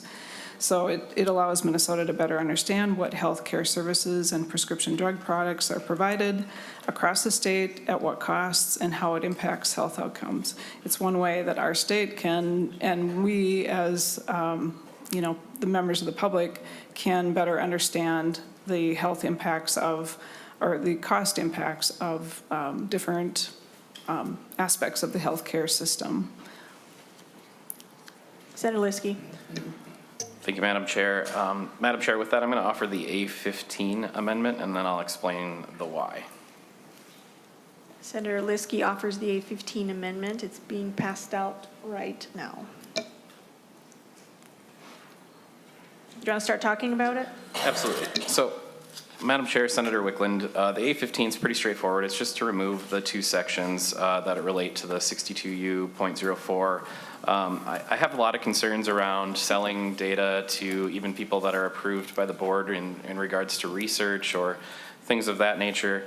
I understand that it's de-identified, but there are statistics out there that even de-identified data can be re-identified if purchased and then later used. Just simply a birth date, gender, zip code, anything like that could be included in those data sets, which I believe some of those data sets would have that information, especially in claims data, could be re-identified to a person. And with that, now you're selling their private data, even though you're not intentionally trying to give up that information. And the problem is that these entities could then turn around and sell their research data, which then includes that information. And so with that, I really urge that we take our time on this section. I don't remember hearing this in our committee, and I really would prefer that we have a much longer discussion around this section of information. Senator Wiklund. Madam Chair, Senator Liskey, I guess with all due respect, I do oppose the amendment. This is instruction we gave to the Department of Health a couple of years ago to develop the method for assessing fees to cover costs in, being able to provide the de-identified data sets and staff time to support this work. I think that we have seen the Department of Health use the information to help Minnesotans better understand our healthcare system. But there are other individuals and organizations that are also doing similar work, and they also see value in being able to access the data sets. I think that the Department of Health has laid out, and Mr. Gildemeister spoke to this, the guardrails that are put in place around who is able to receive approval to access or receive data, and the strict documentation that is put in place around that, getting that approval. It also requires them that they understand that they are not able to use the data sets for re-identifying individuals, that's forbidden.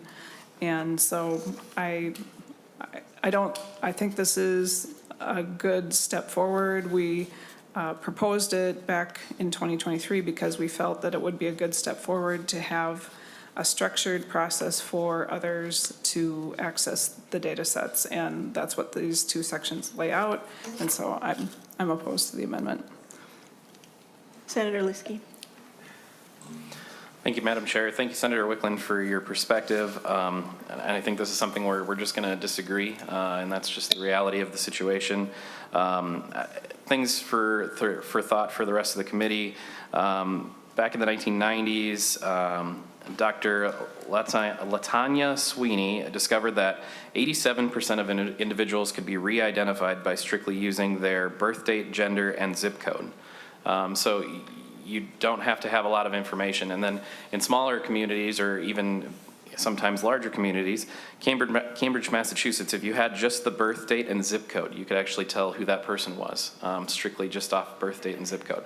That's a pretty significant, easy way to re-identify. And so whilst we may be signing an agreement saying that we're not going to use it for re-identifying, it doesn't mean that they wouldn't be able to. And once it's in their hands, there's no real ramifications, especially with how it's worded currently, as to what would happen if they did re-identify those individuals. So with that, I urge a yes vote. I completely understand where you're coming from, Senator Wiklund, and I just disagree. Senator Bolden. Thank you, Madam Chair. I would request a roll call. Other questions? Roll call requested, roll call granted. Chair Wiklund? No. Vice Chair Mann? No. Lee Dutke? Yes. Senator Abler? Yes. Senator Bolden? No. Senator Fateh? No. Senator Coran? Yes. Senator Kupek? Senator Liskey? Yes. Senator Port? No.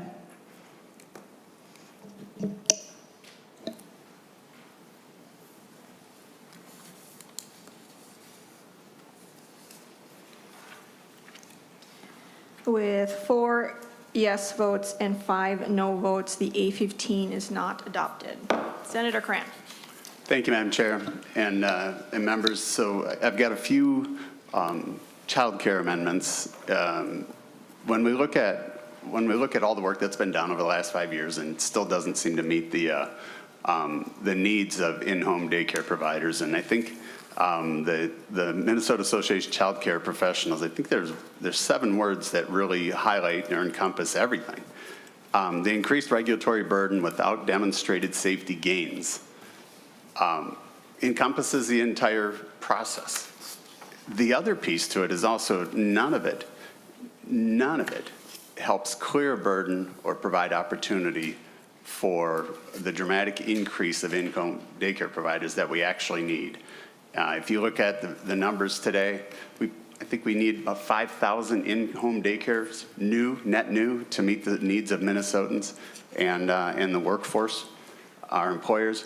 But if you look back in the history, in December 2010, we had 12,000 daycare providers. Shortly after that, we had a gross overreach by a governor here that mandated a union vote, and the union vote failed, and we saw gross overregulation by the agencies. I remember Senator Abler reading off a list in a hearing that was grass was too sharp A spouse was doing dishes with children present, and a plunger was located near a toilet. Those are the times that we went through, and from that period on then to just a few years later, we lost 3,400 daycare providers, in-home daycare providers. You jump all the way in the last 13 years, or 13 years from December 10, or 2010, we lost 50% of all in-home daycare providers. And today, we lost 300 just last year alone, and we're on the continued path to continue the continued loss of those vital seeds. And so that's what I'm challenged with. We haven't done anything. The regulation, I guess it makes it easier for people to read statute. But our goals aren't to make it easier for our agency to read statute. It's really about how do we clear a pathway to provide safety and security.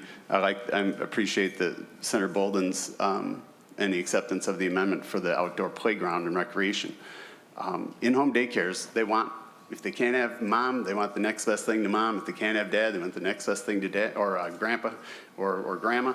And to be in an environment that does provide safety, we all no hesitation on that.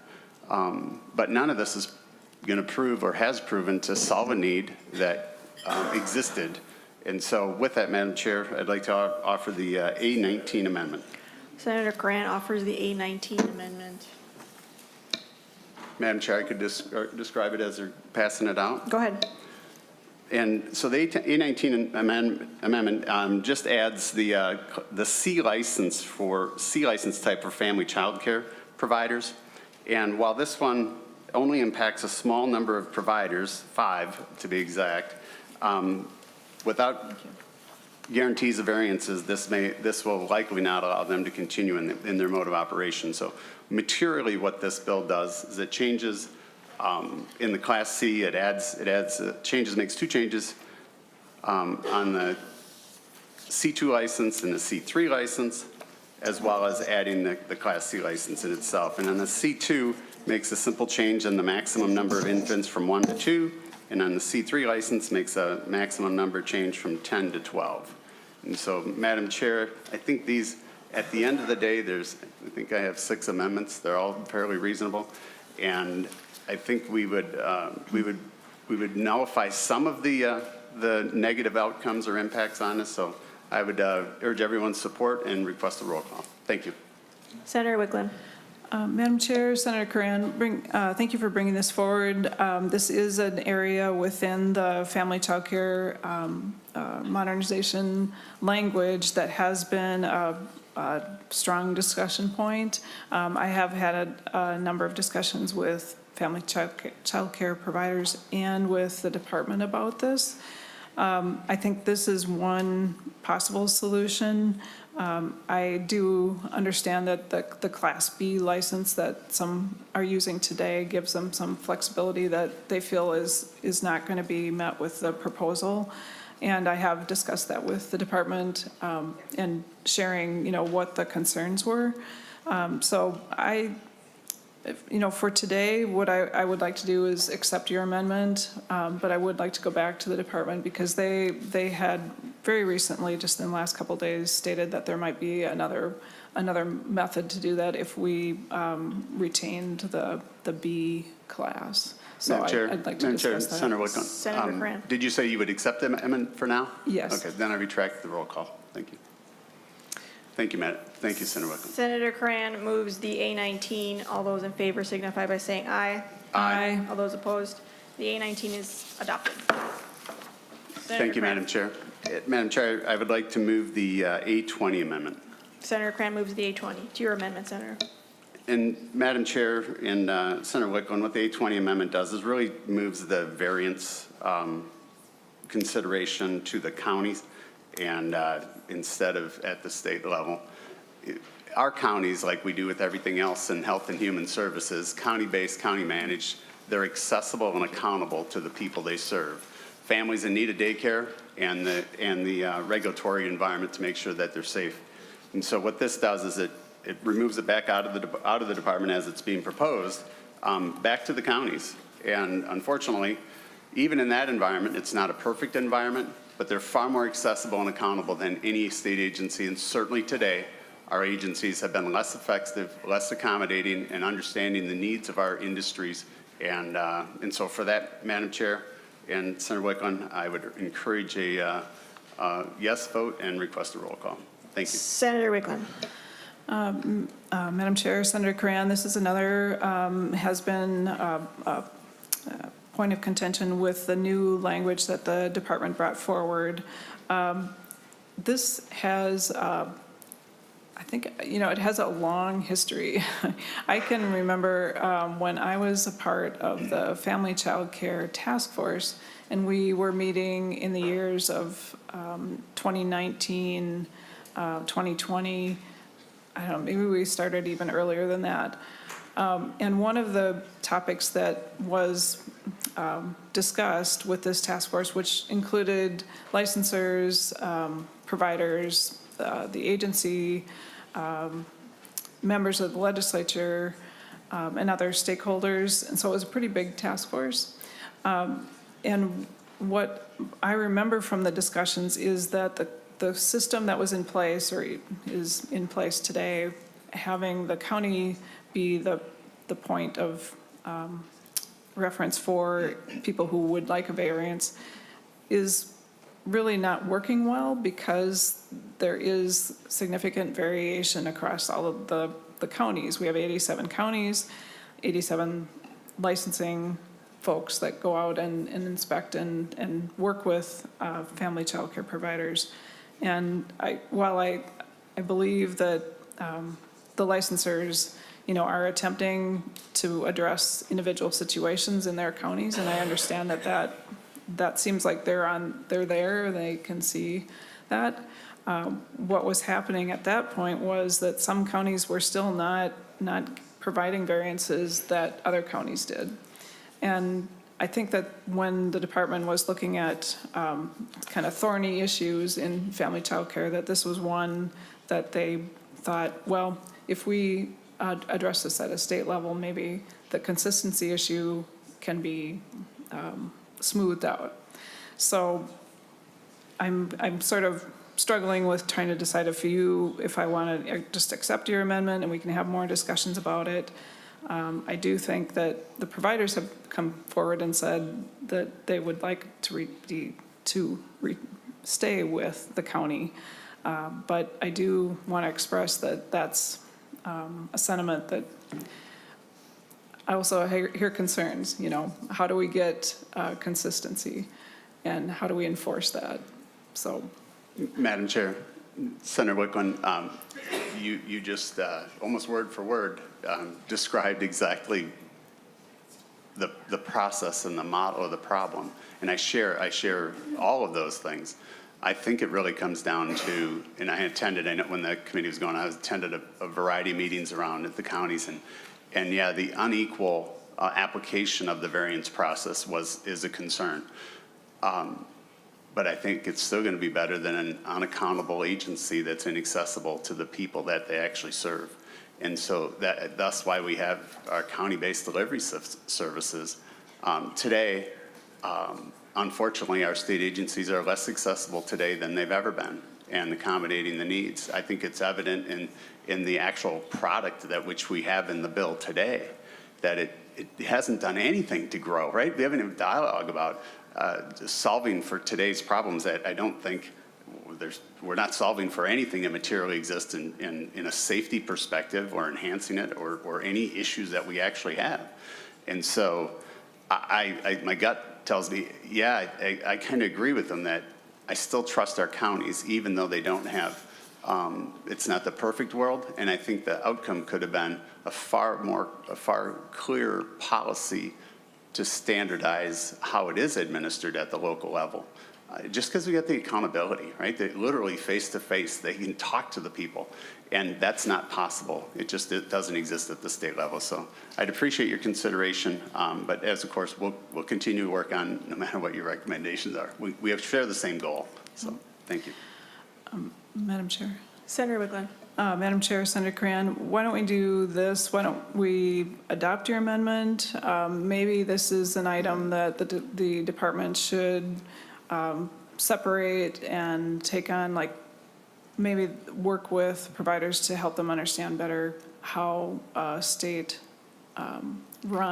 sort of variance process would be implemented, and then make sure that that actually is solving the problems that we're seeing. So I would accept this amendment. Senator Kran, do you still want a roll call? Madam Chair, I'll retract the roll call. Thank you, Senator Wiklund as well. To the A20, all those in favor signify by saying aye. Aye. All those opposed?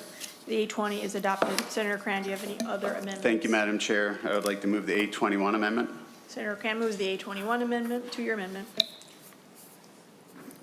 Madam Chair and Senator Wiklund, what this amendment does is it deletes the additional training requirements for the C3 and C4 licenses.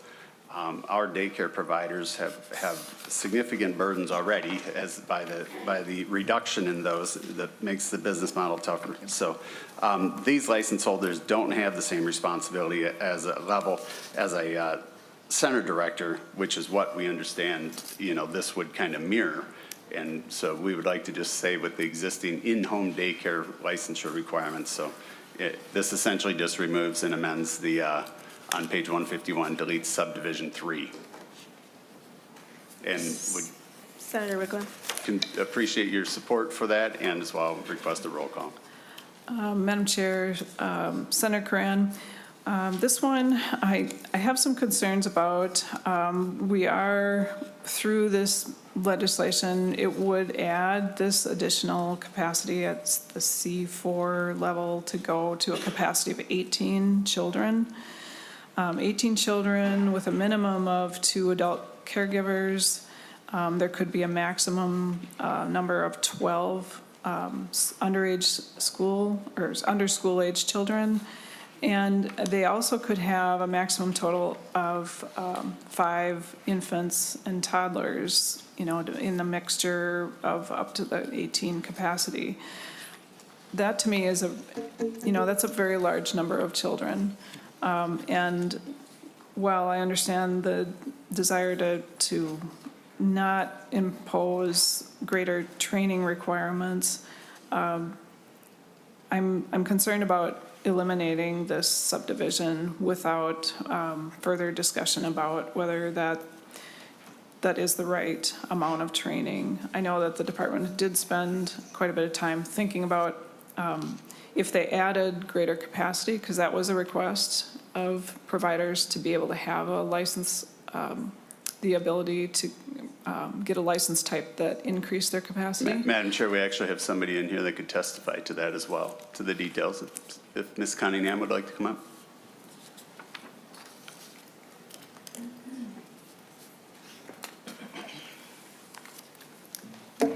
Ms. Cunningham, please introduce yourself and proceed. Yes, Cindy Cunningham, family child care provider in St. Paul, leading care public policy chair. To explain the C3 and 4, the C4 is an added class that we've never had before. The C3 is a historic ongoing. The overall capacity has not been significantly increased. The role and responsibility of the C3 license holder is not changing, is not being increased. They may or may not have consistent employees or not. So basically the functioning ongoing for the C3 is the same as it has always been. To add additional training to those individuals will again discourage people from having this larger capacity and continuing to reduce the number of available slots. So the concern is we will lose more C3s, we will burden them with more unnecessary training. Senator Wiklund. Madam Chair, Senator Kran, is there a way that we could modify your amendment instead of eliminating the subdivision altogether, that we could remove the requirements for the Class C3 and then continue to talk about, since C4 is a new license type, continue to talk about what should be the training requirements for that license type? Yeah. Madam Senator Chair, Kran. Senator Wiklund, that would be a great compromise. Is that something we want to do offline?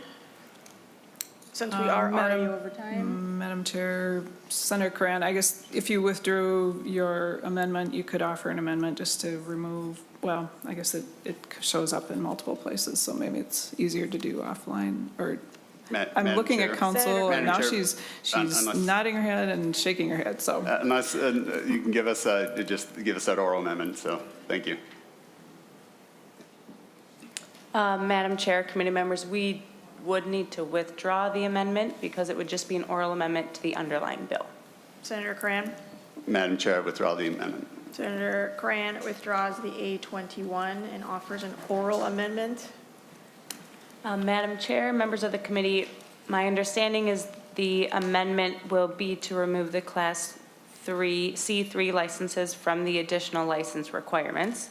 That motion would be Senator Cran moves to amend the delete everything amendment to Senate file number 4612, which is the A2, by page 151, line 20, delete C3 and page 151, line 21, delete C3 or. Members to that motion. All those in favor signify by saying aye. Aye. All those opposed? The oral amendment is adopted. Senator Cran, any further amendments? Thank you, Madam Chair, and I'd like to move the A22 amendment. Senator Cran moves the A22. Madam Chair, what the A22 amendment does is it clarifies, it's around licensed family providing care for their own children, and that they exercise normal parenting judgment around things like activities, food, routines, as long as those decisions don't negatively affect other children that are in the daycare. And so with that, Madam Chair and Senator Wiklund, you look at page 50, line 25, there's a couple changes, and if you go to the amendment 1.4, do not apply to caregivers with regards to care of their own children. And there's another section as well down in, let's see, if you look at 1.8 on the bill, it does the same. It really just moves it to clarification of their own children, that the good practices, that they, no negligence, but that their own parenting abilities are allowed to be put forth on their own children. Senator Wiklund. Madam Chair, Senator Coran, this is one that this topic I have just had discussions with family child care providers about, and I understand their perspective on not seeming to get to language that reflects what their concerns are, and they've raised concerns to me about how licensors are interpreting or would interpret the language that is in the delete all. So I have brought this concept to DCYF. They were not in favor of it. They felt concern about whether this would cause exclusion of something that isn't considered in these different concepts that are included. And I understand, maybe that's maybe not the case. So I would accept this as an amendment for now, and when we should keep talking about whether, what I don't want to see happen is that we put something in place that inadvertently makes things harder for providers. So if this works and includes the things that they believe are necessary to help them as they are a provider and a parent, I accept that premise, and I think that's important, but I don't want to see us like exclude something that, I don't know, could come up, and then that wouldn't be helpful to them. So I would accept the amendment as long as we can. Madam Chair, thank Senator you. Graham. And Senator Wiklund, I appreciate it. And again, I think it's their children. We've regulated those for which are paid for service, right? And so I think we regulate them pretty heavily. And so it's within those guidelines, and that, again, that it doesn't negatively affect it. I think we're in agreement. No, none of that can impact their paid clientele that are in the house, but their children also their parents have different policies that aren't governed by state of Minnesota yet. for their own children. And so I think they can commingle as they have, because I don't think we've heard any negative outcomes, that we're solving for something that we just haven't seen cases, criminal cases or anything like that occur. So I appreciate your consideration. Senator Cram moves the A22. All those in favor signify by saying aye. Aye. Aye. All those opposed? The A22 is adopted. Senator Cran, anything further? Madam Chair, I just got two left, so we'll get through Okay. it. Madam Chair, this one, A27, I'd like to move the A27. Senator Cran moves the A27. And so the A27, it makes modifications to the awake overnight care, providing some flexibility to provide that care. To sleep in a certain circumstances allows for more flexibility for those allowed to carry a firearm, allows more certain display or certain displayed firearms, and allows for the use of firearms in emergency situations by those with the carry permit. And so this amendment allows for providers to incorporate a conversation about safe storage into other discussions about the program policies as it relates to parents, for the parents to ask the provider in a one-on-one conversation whether they have firearms on the premise. Senator Wiklund. Madam Chair, I'm just wanting to understand exactly, where the language, what language it impacts, and Senator Cran, there's nothing in the A27 about firearms. I don't know if you're looking at the wrong. Oh, I'm sorry. Wait a second. I think sorry, Madam Chair. Not for the A27, but I think our notes are read backwards. So I think we just talked about the A28 amendment.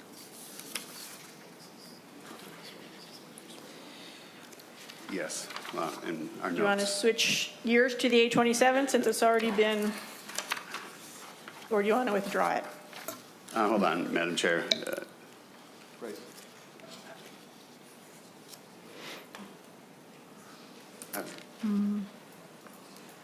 This is what it is. I know, but this was, that was part of this. That should be here. Oh, okay. All right. Madam Chair. Senator Cram. Let's stick with the A27. The A27 is limited to just the overnight. There's a firearm statement for the next amendment. So okay. So stick with the A27. It really makes modifications for that awake overnight care, providing flexibility for those that provide the care to sleep in certain circumstances, allows more flexibility for those allowed to carry a firearm. It's still got firearm in there. In certain displayed.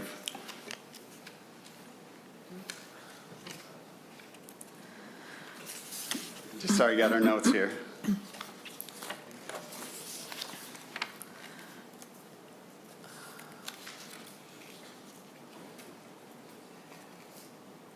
Madam Chair, I'll go with the original author's description. So the expectation that someone remain awake while children are in a daycare overnight is unnecessary and unrealistic, and it will limit the availability of overnight care for those families who, of course, require that for late shift and overnight care. And the firearm statement was in the wrong section. So sorry, Madam Chair, and sorry for the confusion for everybody. Okay, so to be clear, the A27 has nothing to do with firearms. Senator Wiklund. Madam Chair, Senator Curran, this is a section that, or a subdivision that I have had discussions with providers and DCYF about. I think there was, we did make a modification that it changed it to be at least one adult caregiver must remain awake rather than just caregivers must remain awake. I guess my concern about this one is just that, do we believe that if a caregiver is offering overnight care, is that something that they would then adjust their sleep schedule to be, awake and being able to care for children overnight?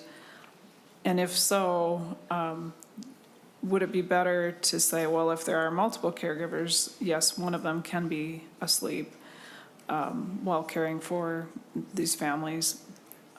But if there's only a caregiver, one caregiver, I'm not sure that allowing them to, all be asleep when caring for 3 or fewer families, it doesn't necessarily make sense to me. I feel like the business model that the family provider is undertaking would require the ability to be awake in case kids are waking up, overnight. I'm open to more discussion about it because like I say, we did modify what the original language was, but I'm not sure I'm ready to adopt this amendment and write over that. Madam Chair. Senator Cran. Senator Wiklund. I appreciate it. We've made great progress today. I'll withdraw the 827 amendment. Senator Cran That withdraws has nothing to do with 827. firearms. That's nothing to do with firearms. Senator Cran, to your next amendment. Thank you, Madam Chair. I'd like to move the 828 Senator amendment. Cran moves the 828.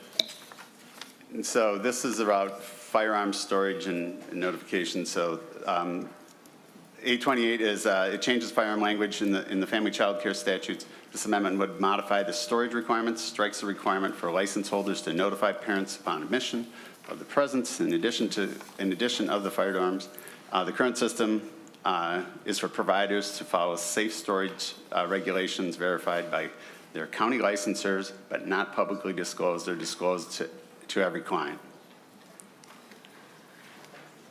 Senator Wiklund. Madam Chair, Senator Cran, do you know if this, I realize the lines 1.7 and 1.8 I think are new, but in terms of the overall goal of this, is it to revert to current policy on firearms?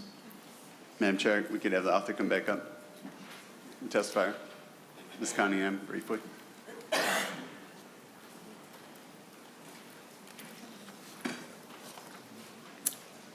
Cindy Cunningham, family child care provider. So the specific question is to current regulations? Yeah. Okay. So current regulations are stored separate, and we are required to notify our licensors. Our licensors are required to inspect and make note of our compliance to that storage. Can I speak to what this proposal addresses? Or wait? Yeah, you can, if you could say it like in addition. Okay. So the way the wording is in the proposed language is that we would be required to put in our policies that there are firearms in the residency or the location. There also is a requirement that we have to distribute those policies upon request to Commissioner and anyone else who asks for. That means that if it's in our written policy and we have to distribute it electronically or printed, we therefore have no control over that knowledge by the public of whether or not there are firearms in our locations. The concerns of that are that as a private residence, as a private owner, then we would be subject to concerns of theft. Theft is one of the biggest issues with firearms, so it would open us up to that theft. What we propose is that we would put in our policy, be required to put in policies the statement of what proper storage is. We utilize our policies from top down in all conversations with potential clients, therefore our current clients. It brings the topic up to anyone and everyone who sees our policies, a statement about what safe storage is. And many families, many children are exposed to firearm issues at homes. It would help educate families that this is what they should be doing. It would be another message for that. It also would open the conversation when I would be, I'll just speak for myself, I send my policies electronically, I meet with my families. That is on the list of open conversation. Then I would be able to have a one-on-one conversation with that client, about whether or not there are firearms in the location. And then we could continue to talk about storage. We could continue to have that open dialogue without the open public disclosure about that presence. It would raise the level of education to families. The agency stated that they based the policies on firearms on 8 states. We asked for those states. We've read through the regulations, and based on the other states, there really is not a level of this public disclosure.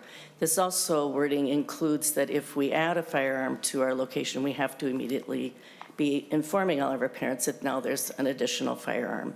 This is way over any firearm rights. I'm not a gun rights person. However, I'm a privacy person. I can say that when I was a kid, my dad was a hunter and trained dogs. We had all of our firearms stolen out of our house when I was in middle school. It's a very traumatic experience. It happens. So that's a personal part about mine.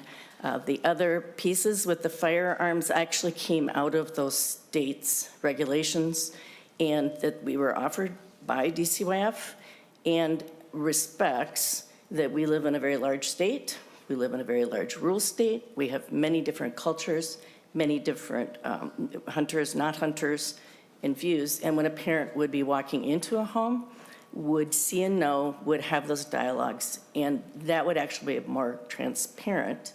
If I was to tell a parent upon enrollment that there were firearms and there had been no discussion prior to that, that would be a huge blindside. And so we do not want to be saying upon enrollment. Now, when we talked about everything else, by the way, is a very disingenuous point to be having that conversation. We would rather have it in the policies. Sorry, that's okay. Madam Chair. Senator Wiklund. Madam Chair, Senator Coran, what I'm noticing about this amendment is that it doesn't address the policy language that comes earlier in the bill language about that, when parents need to be informed about firearms. This amendment doesn't address that, but I'm willing to have more discussion about that. And my concern about this amendment is that while I think some of the wording I would be open to, I'm concerned about 1.7 and 1.8, that hasn't had enough discussion. And I'm not sure the rest, it could be, I think I've reviewed suggestions from Cindy before and would be okay with some of the other parts of it, but I'm not interested. I don't want to accept the part of the language. So I don't know if, given our time, would you be willing to work with me on how we could adjust the language? Senator Wiklund, yes. I think we'll retract the amendment, or we'll withdraw the amendment, 828 for now. I think the reality is, for most, it's like putting a sign on the door. Okay, great, we can do the education piece. We can inform all of our parents, but I'm not, right? Our home isn't going to be able to frisk every parent who has a legal carry permit. They don't leave them in their cars because that carries a greater liability. They have them on them regardless of whether they're law enforcement or not. And so that's very prevalent through many daycares.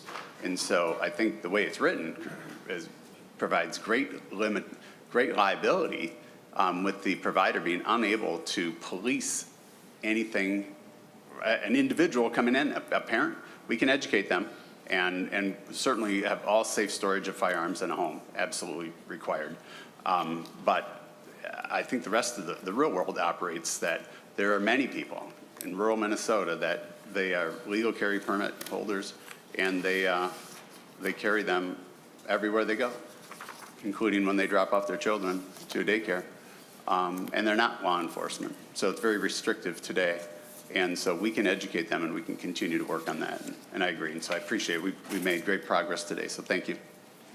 Thank you. Senator Coran withdraws the 828. Anything else?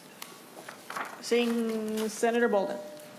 Thank you, Madam Chair. I'll be very brief, as I know we are over time. I just want to recognize that this modernization project has been a huge lift. There has been a lot of work that has gone into it. I want to thank the department and all of the stakeholders who have been digging into this, and there is more work to do. I appreciate the focus on health and safety and hope that continues. I encourage there to continue to be a focus on clarity for providers, and so it is easily understood what is expected of them, and just really encourage the department and stakeholders to stay in conversation to continue this work as we move forward. Thank you.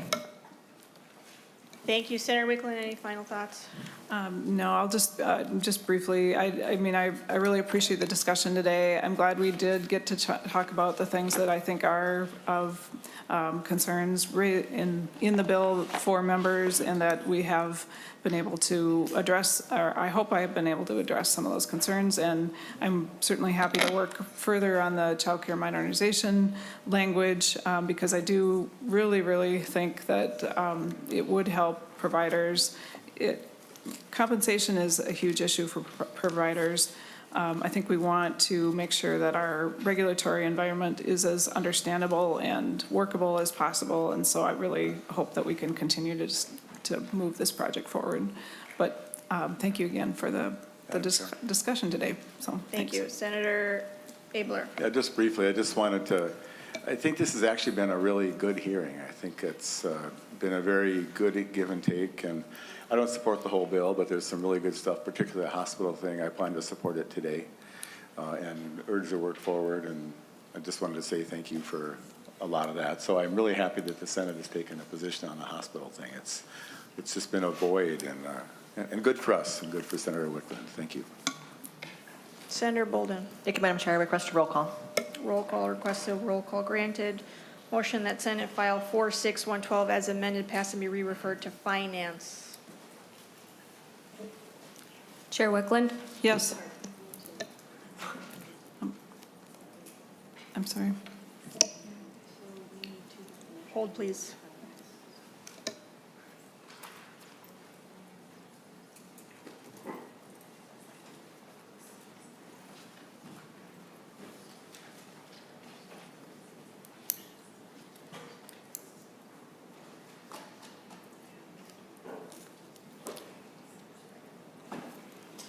So the motion is for Senate File 4612 to pass and be as amended to pass and be referred to Finance with leave for staff to make technical corrections, to make technical and necessary corrections. Chair Wiklund? Yes.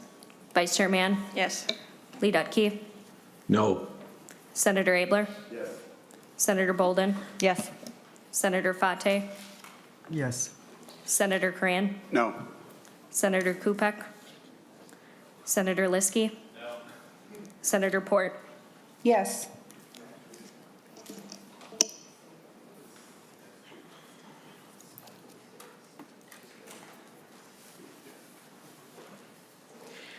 With 6 yes votes and 3 no votes, the motion is passed, prevails, and we are adjourned.